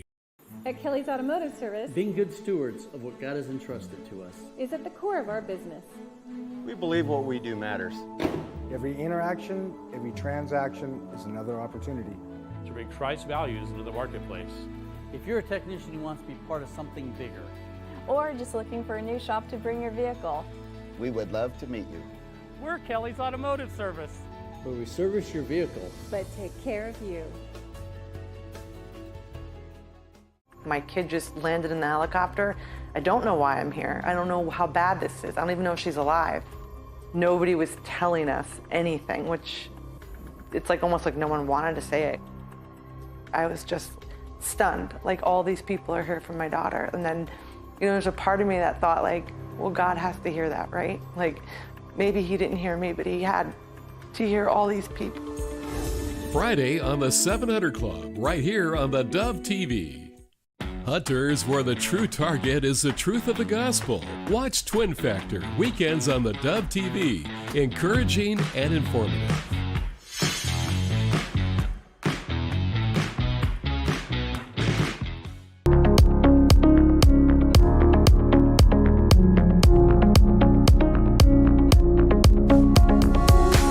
Okay, welcome back. Very much in the news these days is the whole issue called AI, artificial intelligence. What is it? Where is it going? It's coming at us like a train wreck, and will be with us for the rest of our lives. So what do we do? I am so honored to have with us today Mark Beckman. He's the author of Some Future Day, How AI is Going to Change Everything. He's also the CEO of the award-winning advertising agency DMA United. He has done campaigns for the NBA, Pepsi, Sony, Warner Brothers, Nelson Mandela, and many others. He has a show called Some Future Day, which examines technology, culture, and law. And he's also the best-selling author of the comprehensive guide, NFTs, Digital Artwork, Blockchain Technology. There it is. There's a picture of the cover of the book, so check that out as well. Mark, good to see you. How are you, friend? Great to see you. Thanks for having me today, Perry. bet. That's some introduction. Oh, well, listen, see, you got a youtube.com Mark Beckman, right? Yes, sir. Okay. That's the show, exactly. Is that also your website? That is my show for YouTube, but my corporate website, the advertising agency that you mentioned, is dmaunited.com. Okay. Yeah, I may have to come west and help me do some advertising. I'm coming out west next week. Some branding. Where are you going? You coming out? We'll put you in a boat and take you fishing. What's going on? Oh, I love fishing. I would love to be there with you. I am going to Los Angeles for work. Oh no, you got to come north. This is where the air is fresh and clean and pure. I'm jealous. I'm in New York City, Perry, so I'm jealous on multiple levels. Thanks for your time. Well, you say that AI will transform everything from careers to our families. What's your 30,000-foot view where we're going with this?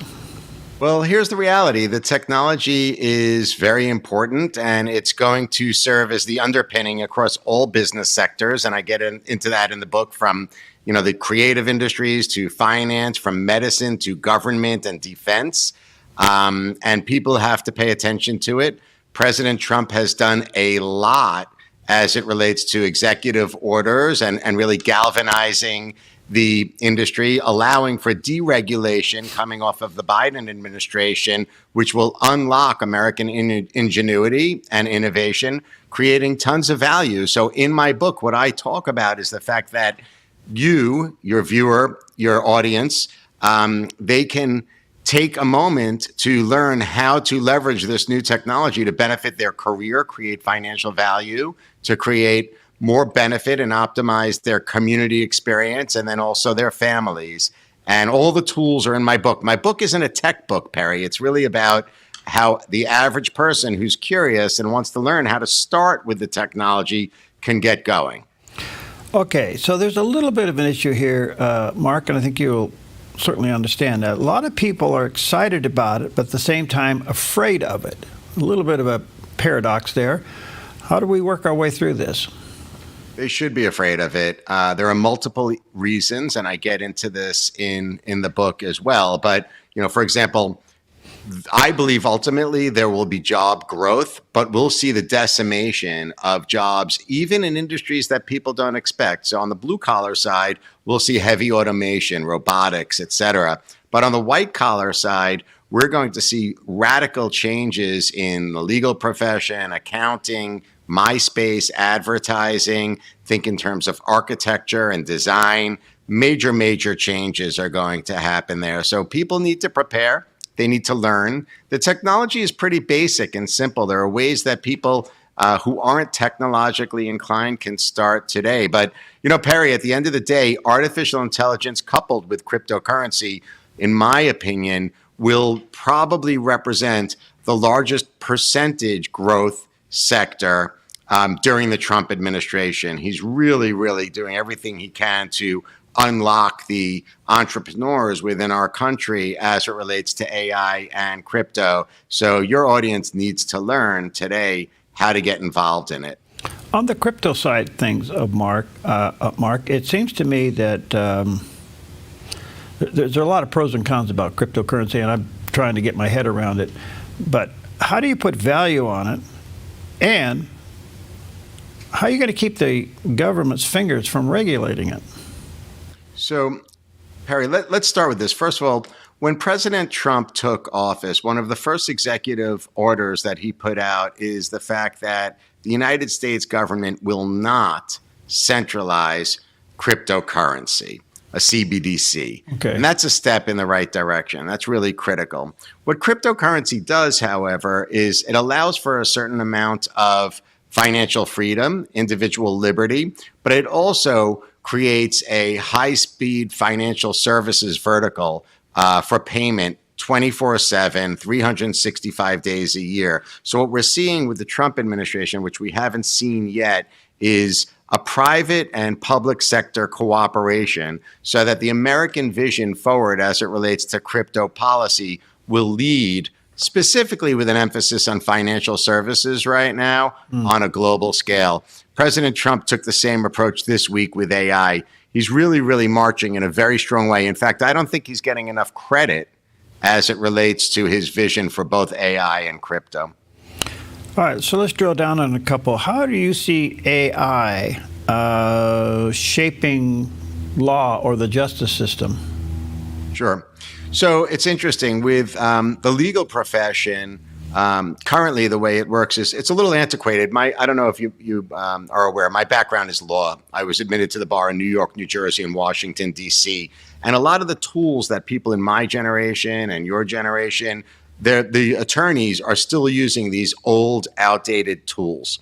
What's happening now is that there are large language models that are standing up specific to law that allow for an attorney to create and draft memorandums, appellate division papers, summons, complaints, and beyond in real time.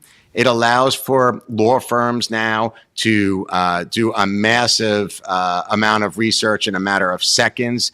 It used to take law firms days, if not weeks, and very, very costly process to do the research. Now it literally takes a matter of seconds to literally come up with different types of connections between the legal data points. And the other thing it's doing is it's going to allow for people who can't afford lawyers to leverage the law as well. So these specialized legal LLMs are standing up now. There are a lot of different tools that individuals can use, and they're valuable. I've even had, you mentioned my show earlier, I've had lawmakers here in New York City use LLMs to draft new legislation. There's one lawyer, in fact, from New York, one legislator in New York, a congressman, who used an LLM, an AI LLM, to draft legislation. So it will, although we need to be cautious still because these LLMs are not perfect, and I'm sure you're aware, we're going to see an acceleration with these types of legal services. And the other efficiency is cost efficiency. It's going to cost people and businesses less money. Okay. And I think something that you're certainly transmitting to us here is it's an amazing aid if we know what we're doing to use it. So we got to be smart enough to know that it's putting out something that we want it to say. That's for sure. What I tell people today is don't trust, verify. And that's for everything now. And I think for your audience, if they're thinking from a business perspective or from a family perspective, any way that they're thinking, they should look. If they see video, if they're reading a document, if they see a photo, they should verify that it's all true and it's all accurate. If they go onto a search engine with artificial intelligence, a platform like ChatGPT, Perplexity, Grok, the value today or the functionality is better than legacy search like Google, in my opinion, because it's not pushing advertising in your face and you don't have to go through all the links to figure out what it is that you're trying to uncover. However, the data might not be perfect, so definitely verify. Don't trust everything. Mark, do you think long-term AI takes the human out of being human? Well, that's a great question, Perry, because I struggle with this in the book too, in the creative fields, for example. Think in terms of like music making. I get into this with regards to Bob Dylan. Right now, anybody in your audience can leverage some of the tools that I share in my book to create a beautiful new song. But can that capture the soul of a person? So machine versus man is going to be a big issue in years to come.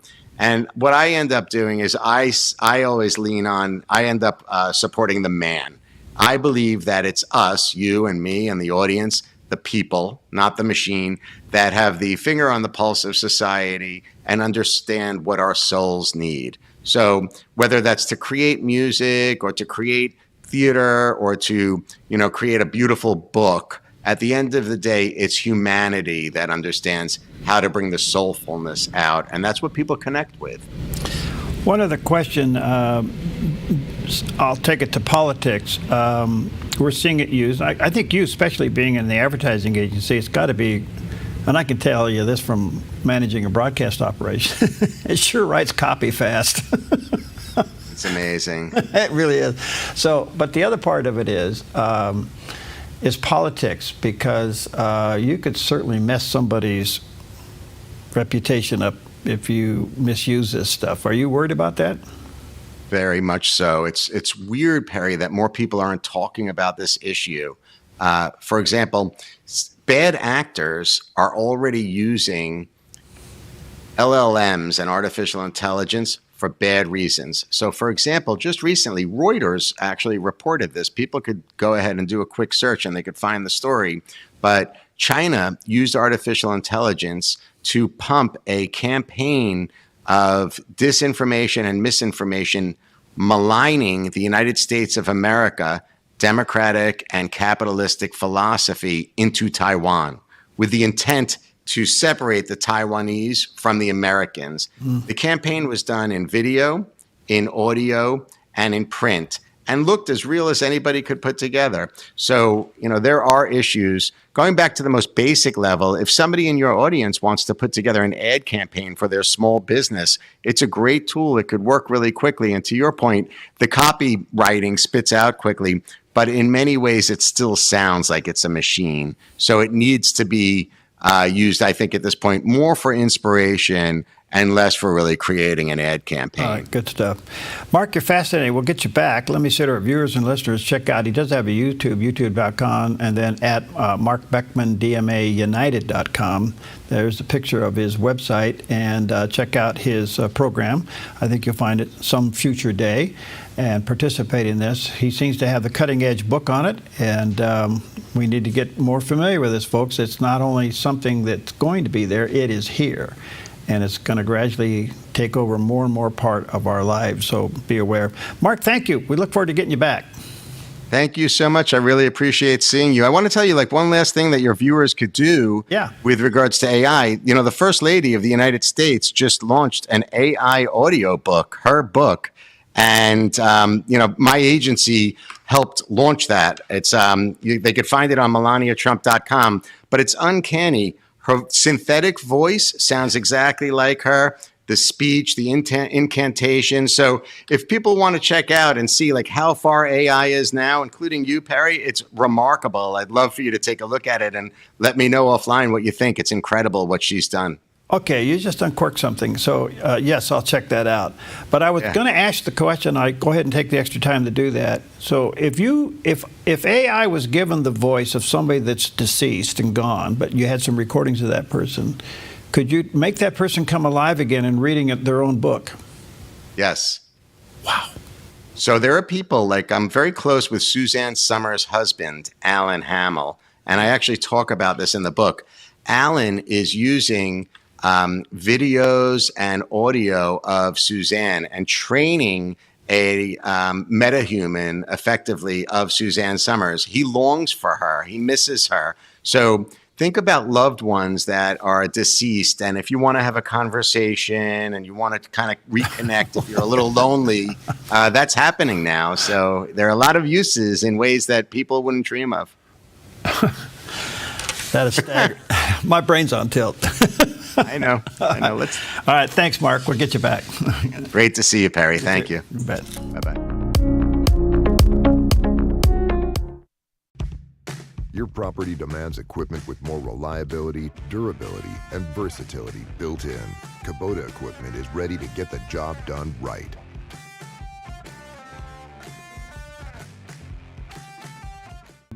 Have you seen Mornings on the Dove? Late for church. I'm pushing it a little bit. And the guy in front of me is dogging it. and you get maybe a little too close. So you're trying to push them a little bit. I got to get there. And you get to the church parking lot, and they turn in front of you. So you watch which way they go when they go. You go to the other way. And Pam says, "I told you. I told you not to do that." Yeah. Okay. And she was right. We've all enjoyed a real hot summer, and now fire danger is biting at its heels. Flammable blackberries and underbrush will grow like gangbusters and sprout fire danger in no time. A wise property owner knows the best time to take care of fire danger is to extinguish it before it gets started. GMV Forestry, LLC can help you protect your property with adequate firebrush clearing to fireproof a zone around your precious property. With over 35 years experience, GMV Forestry LLC has the knowledge, experience, and all the equipment you need to get the job done right, offering a wide variety of services like mulching, field mowing, snow removal, driveway clearing, ditch cleaning, gravel delivery and spreading, driveway sweeping, logging, and more. GMV Forestry LLC does it all, and they do it right. GMV Forestry LLC, the team you can trust. 541-660-6445. 541-660-6445. At Sweet Tea Express, we've got you covered. Order at the counter and our friendly service staff will do the rest. Burgers, salads, sandwiches, barbecue platters, sides, and more. Smoked, grilled, and served to perfection. Sweet Tea Express, breakfast, burgers, and barbecue.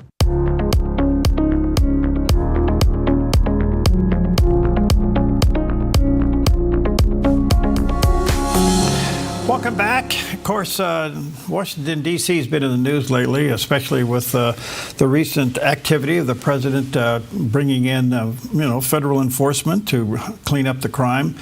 And perfect timing for us to have with us a friend that I have high regard for, and that is our good buddy, Renard Jackson. He is the president and the CEO of Renard Jackson and Associates.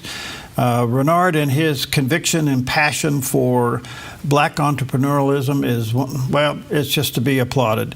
He does have a website, renardjackson.com, and there's the picture of that landing page, renardjackson.com. Brother Renard, good to see you, friend. How you doing, buddy? Good. How you doing, my friend? Right. You're the man. All right, you're in D.C. Yes. Is the crime, up until this last week or so, was the crime as bad as it's being reported? It's worse than that, Perry. And I tell you, Perry, you cannot make this stuff up with the Democrats. When you are talking with people who have lived through certain experiences, that is the wrong time to start quoting statistics. And, well, my son was killed last month on the streets of D.C., and the Democrats come out and say, well, according to these statistics, a crime is decreased in D.C. Do you really think that parent is concerned about statistics versus their lived experience? And the Democrats are tone deaf on issues like that, Perry. So the statistics that were being told and now have been questioned, is that legitimate to question those statistics? Well, yeah, matter of fact, one of the D.C. policemen commanders has been fired because he was found to have cooked the numbers on crime statistics. I mean, this is a fact. This is not speculation. He was removed from office, and now he's facing criminal prosecution for cooking the book. So this is an established fact that the liberal media and Democrats in D.C. don't want to talk about. Is the crime in Washington, D.C. due to a deeper social or economic challenge, or is it just flat lawlessness? It's all the above, Perry. You have a black female Democrat mayor. D.C. has never had a black mayor. A Republican mayor, black or white. And so you have the D.C.'s Attorney General, Perry. They will not prosecute people who on videotape committing crime if you are under 16, even if you commit a homicide or aggravated assault. The Attorney General for D.C. and the mayor will say, well, he's just a young kid and he doesn't know any better. Listen, a kid is 16 and 15 and 14, Perry, they know right from wrong. Whether their parents started to them or not, they know murder is wrong, period. So you have an issue where they're soft on crime and they want to bring everything back to the legacy of slavery. Perry, you and I are kind of dinosaurs in this conversation. There is nobody on earth right now who should ever be able to say, because of slavery, I did something crazy and illegal. The buzz on the street in the last week, is it favorable? Oh, without doubt. Let me tell you something, Perry. D.C. is staunchly Democrat. I think the Democrats won during the presidential election upwards of 94%. So that is not a friendly place for Republicans, and especially someone like Donald Trump. But yet, when you go man on the street interviewed by all the liberal networks on the local level, most blacks in D.C. say they want Trump to bring more National Guard into D.C., not less. And it's the media elite. It's the Georgetown set, which for your audience who's not familiar with Georgetown, that's where all the wealthiest of the wealthy live, in Georgetown, about 10 minutes from the White House. They're the only ones who think Trump is wrong for sending in the National Guard, but regular rank and file citizens of D.C. applaud what Trump is doing. All right, Renard, I want to ask this question. It's a little touchy because I don't want it to seem racist at all. That's not my point. My point is this. It seems, though, that you have a mayor and a chief of police that are totally inept. How'd that happen? Well, again, you look at the demographics of D.C. D.C. used to be referred to as Chocolate City because it was an overwhelming majority black population from its time as they got not statehood, but in 74, they became basically an autonomous body. And it's been ruled by Democrats ever since then. And so you have liberalism on trial here, Perry, and liberalism has been convicted of malice aforethought. And these liberal policies, put it to you this way, Perry, you can't name me one major city that's controlled by a black mayor. California, Los Angeles, Oakland, New York, Louisiana, D.C., Philadelphia, New York. None of them have thriving black communities, not because of racism, Perry, but because all these black elected officials are pushing a liberal agenda, and liberalism has been defeated. Good point. All right. So do you think what's happening in the city now will last?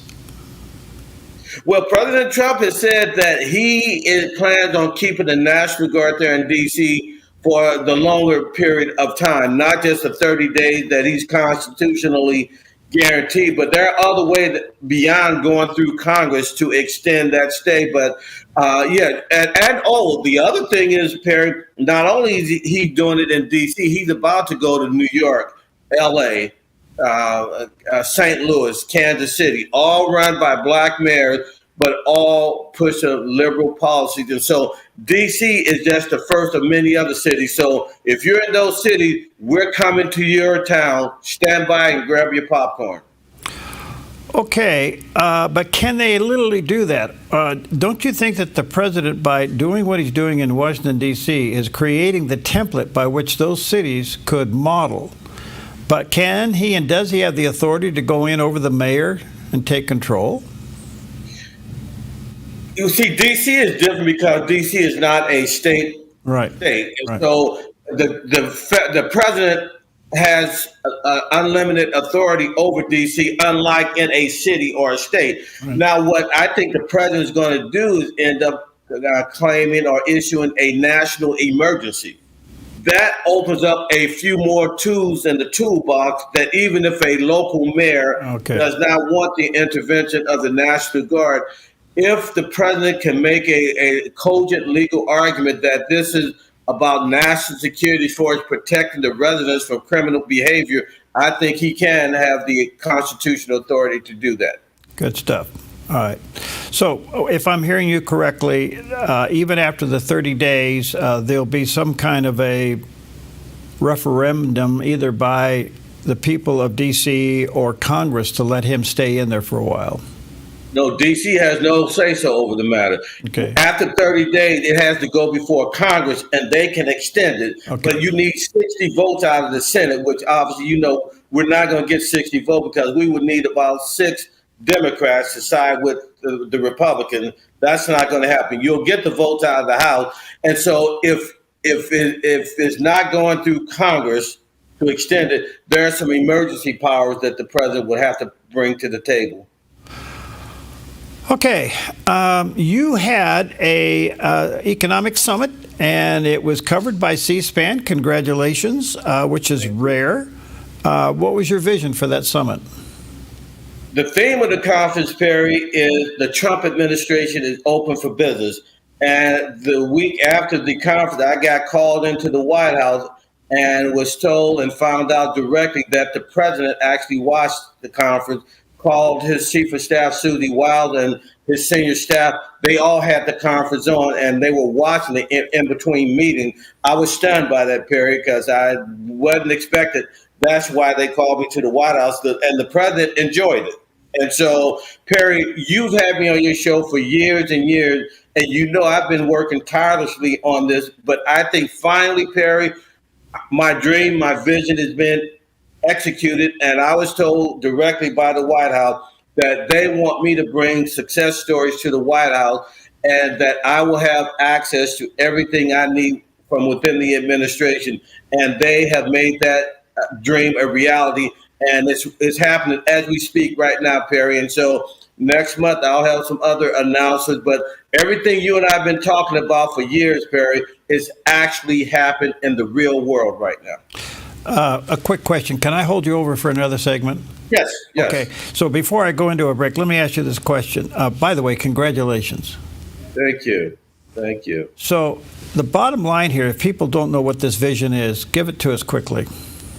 Yeah, very simply, the gateway into the black community is the businessman. If you look at the composition of the black community, typically the head of the deacon board at church and the chairman of the board of trustees is the local businessman. So if you get the businessman on your side, Perry, he'll bring you the pastor who will bring you the congregation.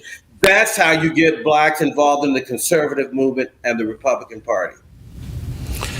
All right, this is good stuff. Congratulations. I want to talk more about that. Let me take a quick break and say to our viewers and listeners, check out Renard's website, renardjackson.com. And this is terrific. We'll talk more about it when we come back.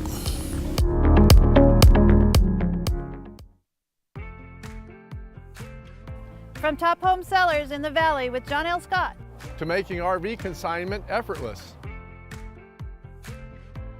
American RV, where Team Toner gets your RV sold fast. Since 1987, Four Seasons Nursery has been the gold standard in the green industry here in Southern Oregon. Tim Elbert and his friendly staff continue to offer the best plants and most accurate knowledge to create your dream landscape. At Four Seasons Nursery on Crater Lake Avenue, you can let your imagination run wild with a huge selection of all things plant and gardening for both inside and outside beautification. Whether it's a flower for your window seal, one of our beautifully renowned signature hanging baskets, or a complete landscape design for your entire property, Four Seasons Nursery can help you every step of the way with design services, workshops, and more. Let your imagination run wild as you immerse yourself in their nursery filled with beauty that knows no bounds. Four Seasons Nursery, 5736 Crater Lake Avenue, 5736 Crater Lake Avenue, 1/2 mile north of Vilas Road, 541-779-5603, 541-779-5603. Buying or selling a home can be stressful. It's one of the biggest decisions you'll make in your lifetime. That's why it's important to work with someone you trust, someone who has the right experience and knowledge of the market. Hi, we're Patrick and Paulina Lizer with Lizer Real Estate Group. And whether you're looking to buy or sell a home, our mission is to take the stress out of the transaction and make it as seamless and rewarding as possible. Contact us today. We look forward to working with you. 30 seconds or less, the length of a typical soundbite. You can't really learn much. It takes time to ask questions and understand. Focus Today does just that. We give you an hour so you can understand better. Focus Today on the Dove TV.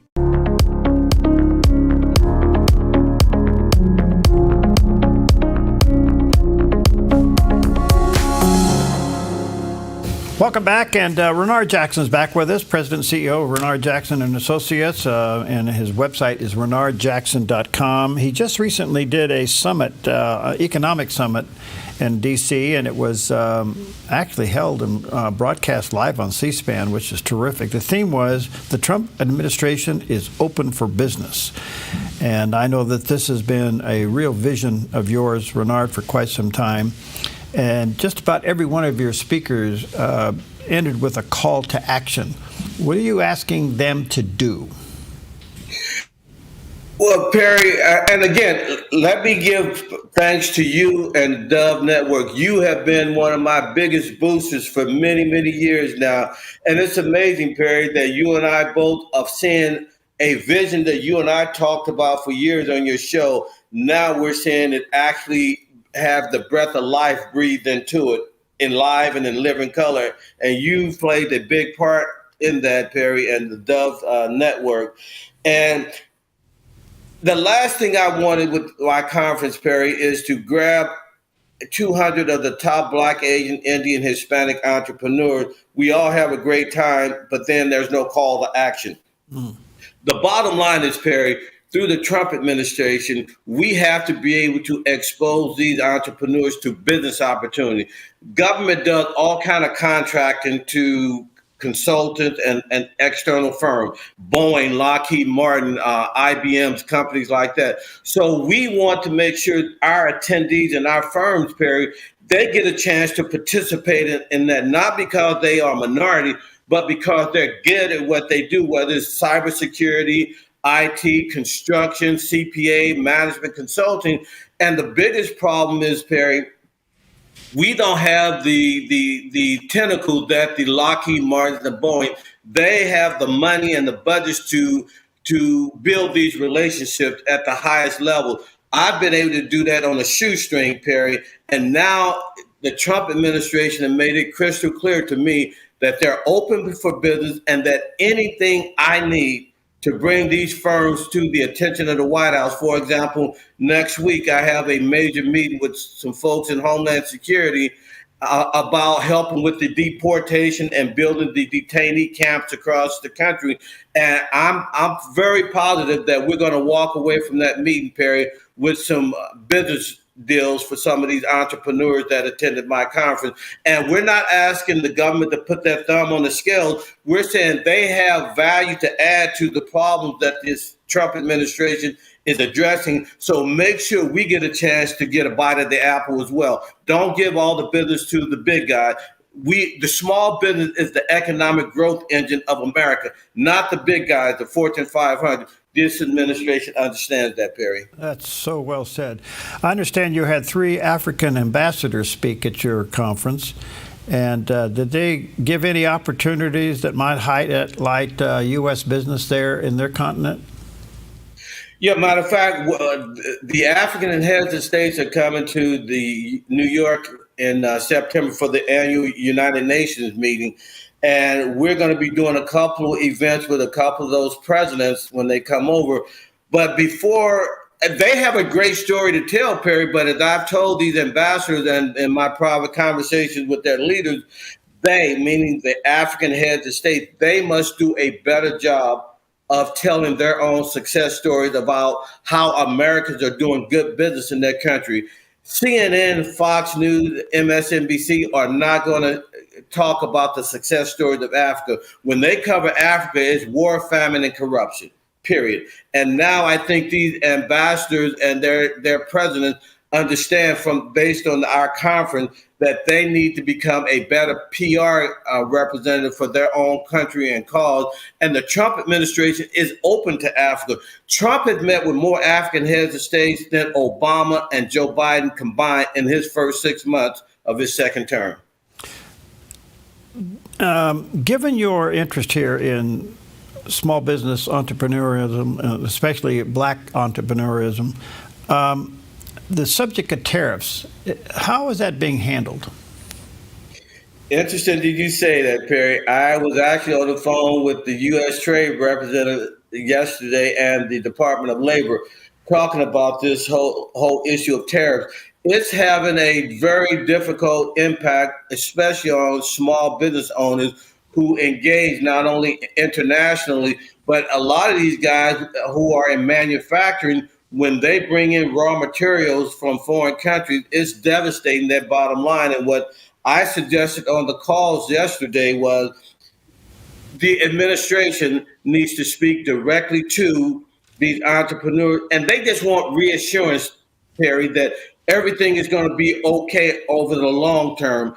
Right now, they're going through some bumps in the road, but I told the administration that, and they challenged me, set up a Zoom call. We will get on the phone with however many entrepreneurs who are impacted by tariff. We want to talk with them on a call. We want to reassure them that we understand their concern. We are aware of it, and it's going to be okay. But my guys need reassurance, and the Trump administration has agreed to do that in September. All right. So is the reassurance that they are talking about dealing with what seems to be part of the plan, that the increase in costs now of goods and services based upon tariffs is temporary? Is that what they're trying to reassure them with? Exactly, because remember, President Trump is resetting the economic table globally. Perry, it makes no sense for us to have a $500 million trade deficit with Canada or with China. Trump, and this has been through Democrat and Republican presidents, Perry, and so President Trump is saying, if you want to do business with the U.S., build a factory in the U.S., hire Americans, hire American suppliers to be a part of your supply chain. And yeah, so it's almost like when the doctor tells you, Perry, you need surgery. Yeah, the surgery is going to hurt in the immediacy after the medical procedure, but long term, you're going to be a healthy patient. But you got to go through this short-term pain to get to that long-term health prognosis. That's what the Trump administration is doing. Some are proposing, especially small businesses, that if they're incurring additional costs because of the of tariffs on the trade issue right now, which most will say that this is temporary, it's part of the adjustment we just talked about, that increased cost of their goods, that percentage of that tariff could become a deduction in their accounting. What do you think? Yeah, I've talked with some administration folks about that very issue. They're working through the traps on that. But also, Perry, along with the tariff, now remember, the president's big, beautiful bill that was passed last month addressed some of those short-term pains. For example, if you're buying equipment, you can expense that new equipment all in year one versus amortizing it over 10, 15, 20 years. That's going to decrease your taxable income. So that's more money in your business account. Also, Perry, what the media is not telling you, that on a lot of these tariffs, there are exemptions for small business owners to have a waiver of the tariffs. And so the administration has some policy cures that will deal in the short term with some of these issues that's not really been talked about in the public. But the administration is well aware of the short-term pain small businesses are going through. And again, they're addressing that as we speak. Because I'm wondering, wouldn't it nullify the purpose of a tariff? They nullify it? No. What they're saying is basically the federal government is going to eat the tariffs. Oh, okay. If you get a waiver, you're going to be exempt from the tariffs because you're a small business and you're operating in certain industry sectors that are deemed vital to our national security. Okay, good. Got it. All right. So to the other point, how is, from your perspective and maybe research and knowledge, how is the growth been for black entrepreneurism? Oh, what's interesting is within the black community, that's the fastest growth of entrepreneurship. And within that demographic, black women are opening businesses at a rate that tops every other ethnic group in the country. And the other fascinating thing is that because blacks are so frustrated with this liberal orthodoxy being shoved down their kids' throats in school, homeschooling is growing the most rapid within the black community than any other group, black, white, or ethnic minority. Within the black community, homeschooling is number one within the black community. Okay. I'm sorry to get that answer. I got a little bit of a technical problem going on. I know you don't have that when you're leaning back in your lounge there today. You have to forgive me. I know the audience is hearing you. I'm seeing your lips move, but I can't hear you. So hold on just for a moment. We'll get that straightened out. Let me just give you one other quick question here, and you can answer while they're working on it. It appears to me that the incentive for young black entrepreneurs to go into business has never been greater. In spite of the tariff adjustment right now, for them to go in business, it's never been greater. What say you? Oh, I agree with you 100%. And for example, everyone is talking about the automobile accident in Florida with the big rig, the Indian illegal that killed 3 people. I have several cousins who are over-the-road truck drivers as well. Do you realize, Perry, that is a great growth opportunity, especially with the president getting rid? We have 500,000 illegals who have CDL licenses from states like California, New Jersey, New York. And if you got rid of them, you know how much opportunity they present for you to open up or buy your own rig and contract out to Walmart, Best Buy, Costco to deliver goods across the country. And all these guys doing this truck driving, they make 6 figures a year. Yeah. That's good. And that's with no college whatsoever. Yeah.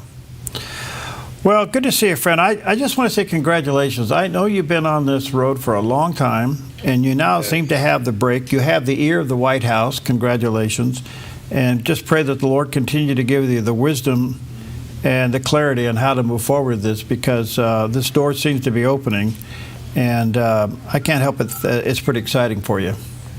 Yes, Perry, and I will keep you in the loop on these major announcements as we get into next month. But thanks to your support and the Dove Network, Perry, I tell you, I could not have done this without people like you supporting me. So I really appreciate that. Well, when I grow up, I want to be like you, but I heard that adulthood's a trap. Oh, Barry, you're a bad boy. Bad boy. Okay. See you next time, brother. Thank you. God bless. Thanks, my friend. Okay.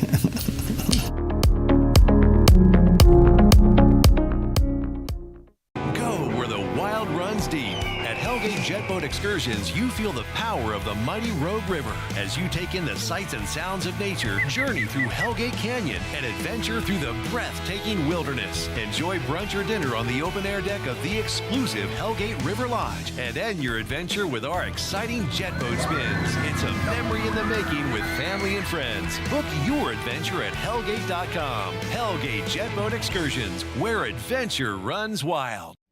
We've all enjoyed a real hot summer, and now fire danger is biting at its heels. Flammable blackberries and underbrush will grow like gangbusters and sprout fire danger in no time. A wise property owner knows the best time to take care of fire danger is to extinguish it before it gets started. GMV Forestry, LLC can help you protect your property with adequate fire brush clearing to fireproof a zone around your precious property. With over 35 years experience, GMV Forestry LLC has the knowledge, experience, and all the equipment you need to get the job done right, offering a wide variety of services like mulching, field mowing, snow removal, driveway clearing, ditch cleaning, gravel delivery and spreading, driveway sweeping, logging, and more. GMV Forestry LLC does it all, and they do it right. GMV Forestry LLC, the team you can trust. 541-660-6445. 541-660-6445.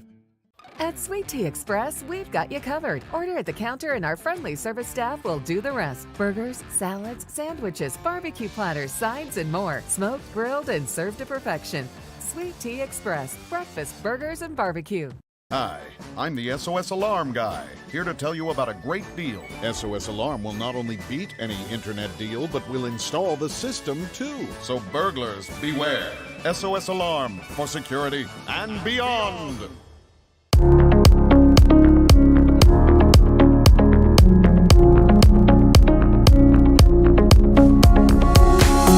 Okay, welcome back. Of course, one of the headlines is the Democratic candidate for mayor of the city of New York, Mondami, And the question is New York ready to have a full-blown socialist become mayor? Well, a lot of questions about that. I am really honored to have with us today Mary Grabar is a resident fellow at the Alexander Hamilton Institute for Studies of Western Civilization and the founder of a Dissent Professor Education Project. She taught at the college level for 20 years and recently at Emory University. And her work has been published by The Federalist, Town Hall, Front Page Magazine, City Journal, American Greatness, and Academic Questions. She is the author of several books, including the latest one, Debunking FDR, The Man and the Myths. And there's a picture of that book. Mary does have a website, Mary Grabar, Grabar.com, and there's the picture of the landing page. Mary, thank you for your time. How are you today? I'm fine. Thank you for having me. Yeah, good to see you. A lot going on here. Well, Mamdani, what do you think? Well, it's time to sort of bring back the Subversives Act or something, the McCarran Act of 1950. I mean, this guy, has openly called for the abolition of private property and for the government to seize the means of production. So, I mean, this is straight out of the Communist Manifesto. I don't know how much more obvious you can get than that. Was it a fluke election? Because I understand it was only 13% turnout. Yeah, and I think it's, what do they call it, the stacked voting or something, where, people can vote for more than one candidate. The exact term is escaping me. But, that favors the people on the left. So Sarah Palin lost her race for, I think, she was running for Congress from Alaska. Mm-hmm. And so it's a rigged system in that way. But then, of course, he had someone else in city government who was also promoting him. So when he lost in third place, I believe. So he had the combined votes. So it is a bit rigged. I guess the big question is he electable? Well, it looks like it by the polls. I mean, President Trump is out there trying to promote Cuomo. And, as someone who lived through the COVID pandemic up here in upstate New York, I remember the days when he forced nursing homes to accept the senior citizens with COVID and was responsible, in my opinion, for tens of thousands of deaths, but it's hard to tell. I mean, the momentum seems to be with Mamdani, as far as I can tell. How significant was Senator Elizabeth Warren's endorsement?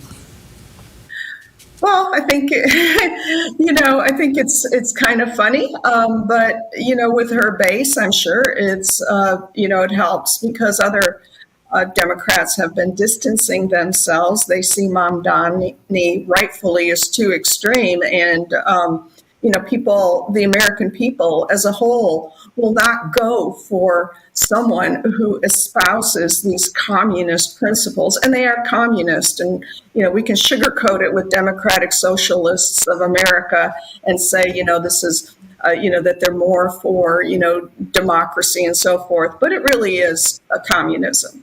All right, before I leave the candidacy, I just one other question. Right now, it's Mamdani and you got Adams and Cuomo. Do they have a chance? I don't know. I mean, I certainly hope so. My personal preference would be Adams. I mean, he's had some corruption, but he didn't kill people as I think Cuomo did. I hold him responsible because he made that decision. Mm-hmm. So, I'm not a pollster, but, from what I'm reading, Mamdani still has a good chance. All right. So when a person like Mamdani can get an endorsement from a sitting U.S. Senator Elizabeth Warren, this is a clear indication that the Democratic Party is shifting even further left. They lack somebody with a middle or common sense.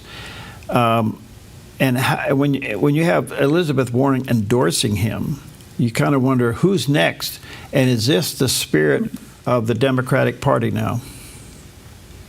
Yeah, I mean, I think it is. I mean, this is, as Bernie Sanders said, the Democrats are trying, or the Democratic Socialists are trying to fulfill the agenda of Franklin Roosevelt. I mean, finish the work that he could not finish, in going into 4 terms. But this is the culmination, and I think, in order to be viable candidates, and if they think they're going to get the votes by endorsing him, I think these Democrats will. All right, so the connection you're making there from your book, Debunking FDR, is an interesting one, but what you're basically saying is socialism being what it is, that the government is your God and will supply all your needs, that seems to be the bottom line motivation of a Marxist socialist. Oh, absolutely. And, this was the aim of Franklin Roosevelt. I mean, and he revealed his objectives early on when he was a 29-year-old state senator from New York, and he made a speech to something called the People's Forum in Troy, New York, and he gave a little history lesson about the founders, and he said they wanted independence, and they got that, but what they were really groping for was interdependence. And so this is in 1912. 20 years later, he wins the presidential election.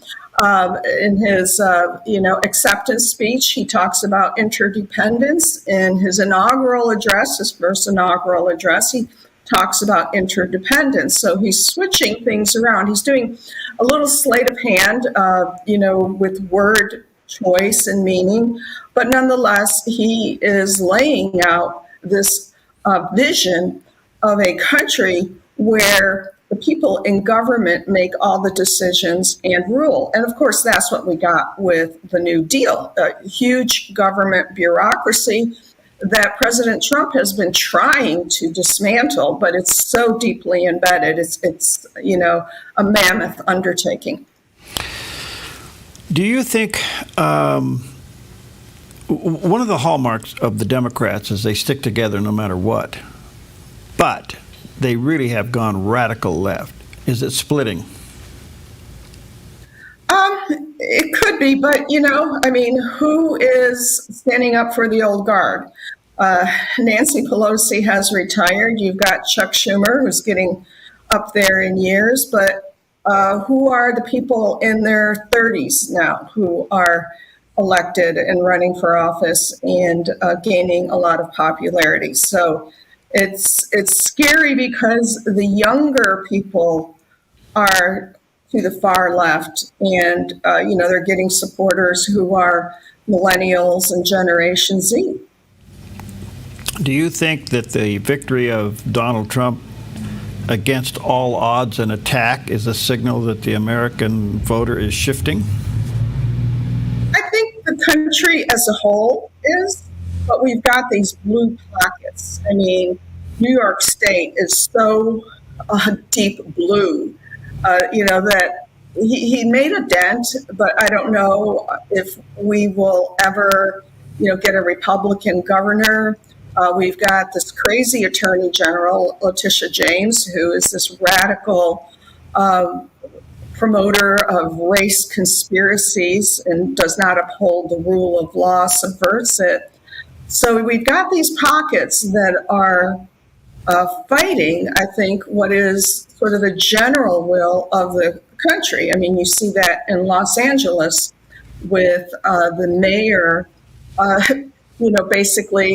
Karen Bass supporting protesters against ICE, against, federal law enforcement.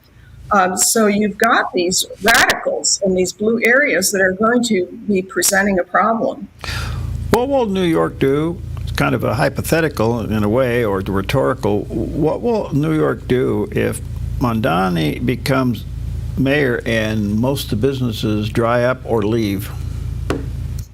Well, I don't know what New York will do. I mean, I think, if we get a Democrat president, I mean, there might be an appeal for federal funds. Living up here in upstate New York and having grown up in upstate New York, I know that whenever New York City gets into trouble, that people in upstate New York, the farmers, the factory workers, the real workers are asked to bail them out. And so we may have another crisis like the bankruptcy. I think it was in the 1970s. And I don't know. Of course, we had Rudy Giuliani come in and, right the ship. But we will see. The new generation is really frightening, and I've seen it. Mary, thank you for your time. Let me share it with our viewers and listeners. Check out our website, Mary Grabar, Grabar. There's a picture of the landing page. Check out her book, Debunking FDR, The Man and the Myths. And there's a picture of the cover of the book. Where can they get the book, Mary? Any place books are sold. Go to my website. I've got a link. Go to Amazon. Go to Regnery, which is the publisher, Barnes & Noble. You should be able to get it. All right. Sounds good. Thanks for your time. Good to see you. Thank you. Washington Watch with Tony Perkins is your watchful eye on the nation's capital. Every weeknight, covering current events, issues of faith, family, and freedom from a conservative Christian perspective. Washington Watch, thanks so much for joining us. Bringing you up close to newsmakers, members of Congress, and prominent pro-family leaders from across the nation. That's just the tip of the iceberg of the threats and the dangers that children are facing online. Tony is the president of the Family Research Council, a former state legislature, ordained minister, police officer, and veteran of the Marine Corps. Terrorism experts are sounding the alarm. And welcome to the Washington Watch News Desk. Washington Watch with Tony Perkins is your leading source for what's really happening in our nation's capital. Well, this is a state issue. The federal government shouldn't be forcing these states. Don't miss Washington Watch with Tony Perkins. Weeknights at 6 only on the Dove TV. Encouraging and informative. Tackling the tough issues facing America and our nation's freedom. That's Secolo on the Dove TV. DAs around the country finding who they want to prosecute and then determining what crime they could charge them with. You can't believe this is the country we're living in, that this is happening. A bold half hour hosted by ACLJ's Jordan and Logan Secolo, taking you inside the battle of constitutional and political freedom, discussing issues that matter to you and your family. This is just not the right precedent we want to be setting, even if we don't like Donald Trump. This is just all-out chaos, and that's what could happen very soon. Watch Secolo for issues that matter to you, addressing the problems of Christian rights in the workplace, school, the marketplace, and protecting human life. I hope this doesn't have to go all the way to the U.S. Supreme Court. Be in the know with Secolo. Wednesday, Thursday, and Saturday only on the Dove TV. In a world desperately seeking truth, Cliff Connectley and his son Stuart travel across the U.S. to give an answer for questions, doubts, and challenges concerning faith. Applegate River Golf and RV Resort, a pristine 9-hole course alongside the Applegate River. Their clubhouse offers a golf simulator experience. The RV Resort is adjacent to the golf course with convenient pull-through parking. Applegate River Golf and RV Resort. Information at applegateRV.com. The threat of wildfire poses a growing risk to Oregonians. You can prepare now by taking 3 important steps. Create a home inventory, make copies of important financial records, and contact your insurance company to make sure you have the right amounts and types of home insurance coverage. Be wildfire ready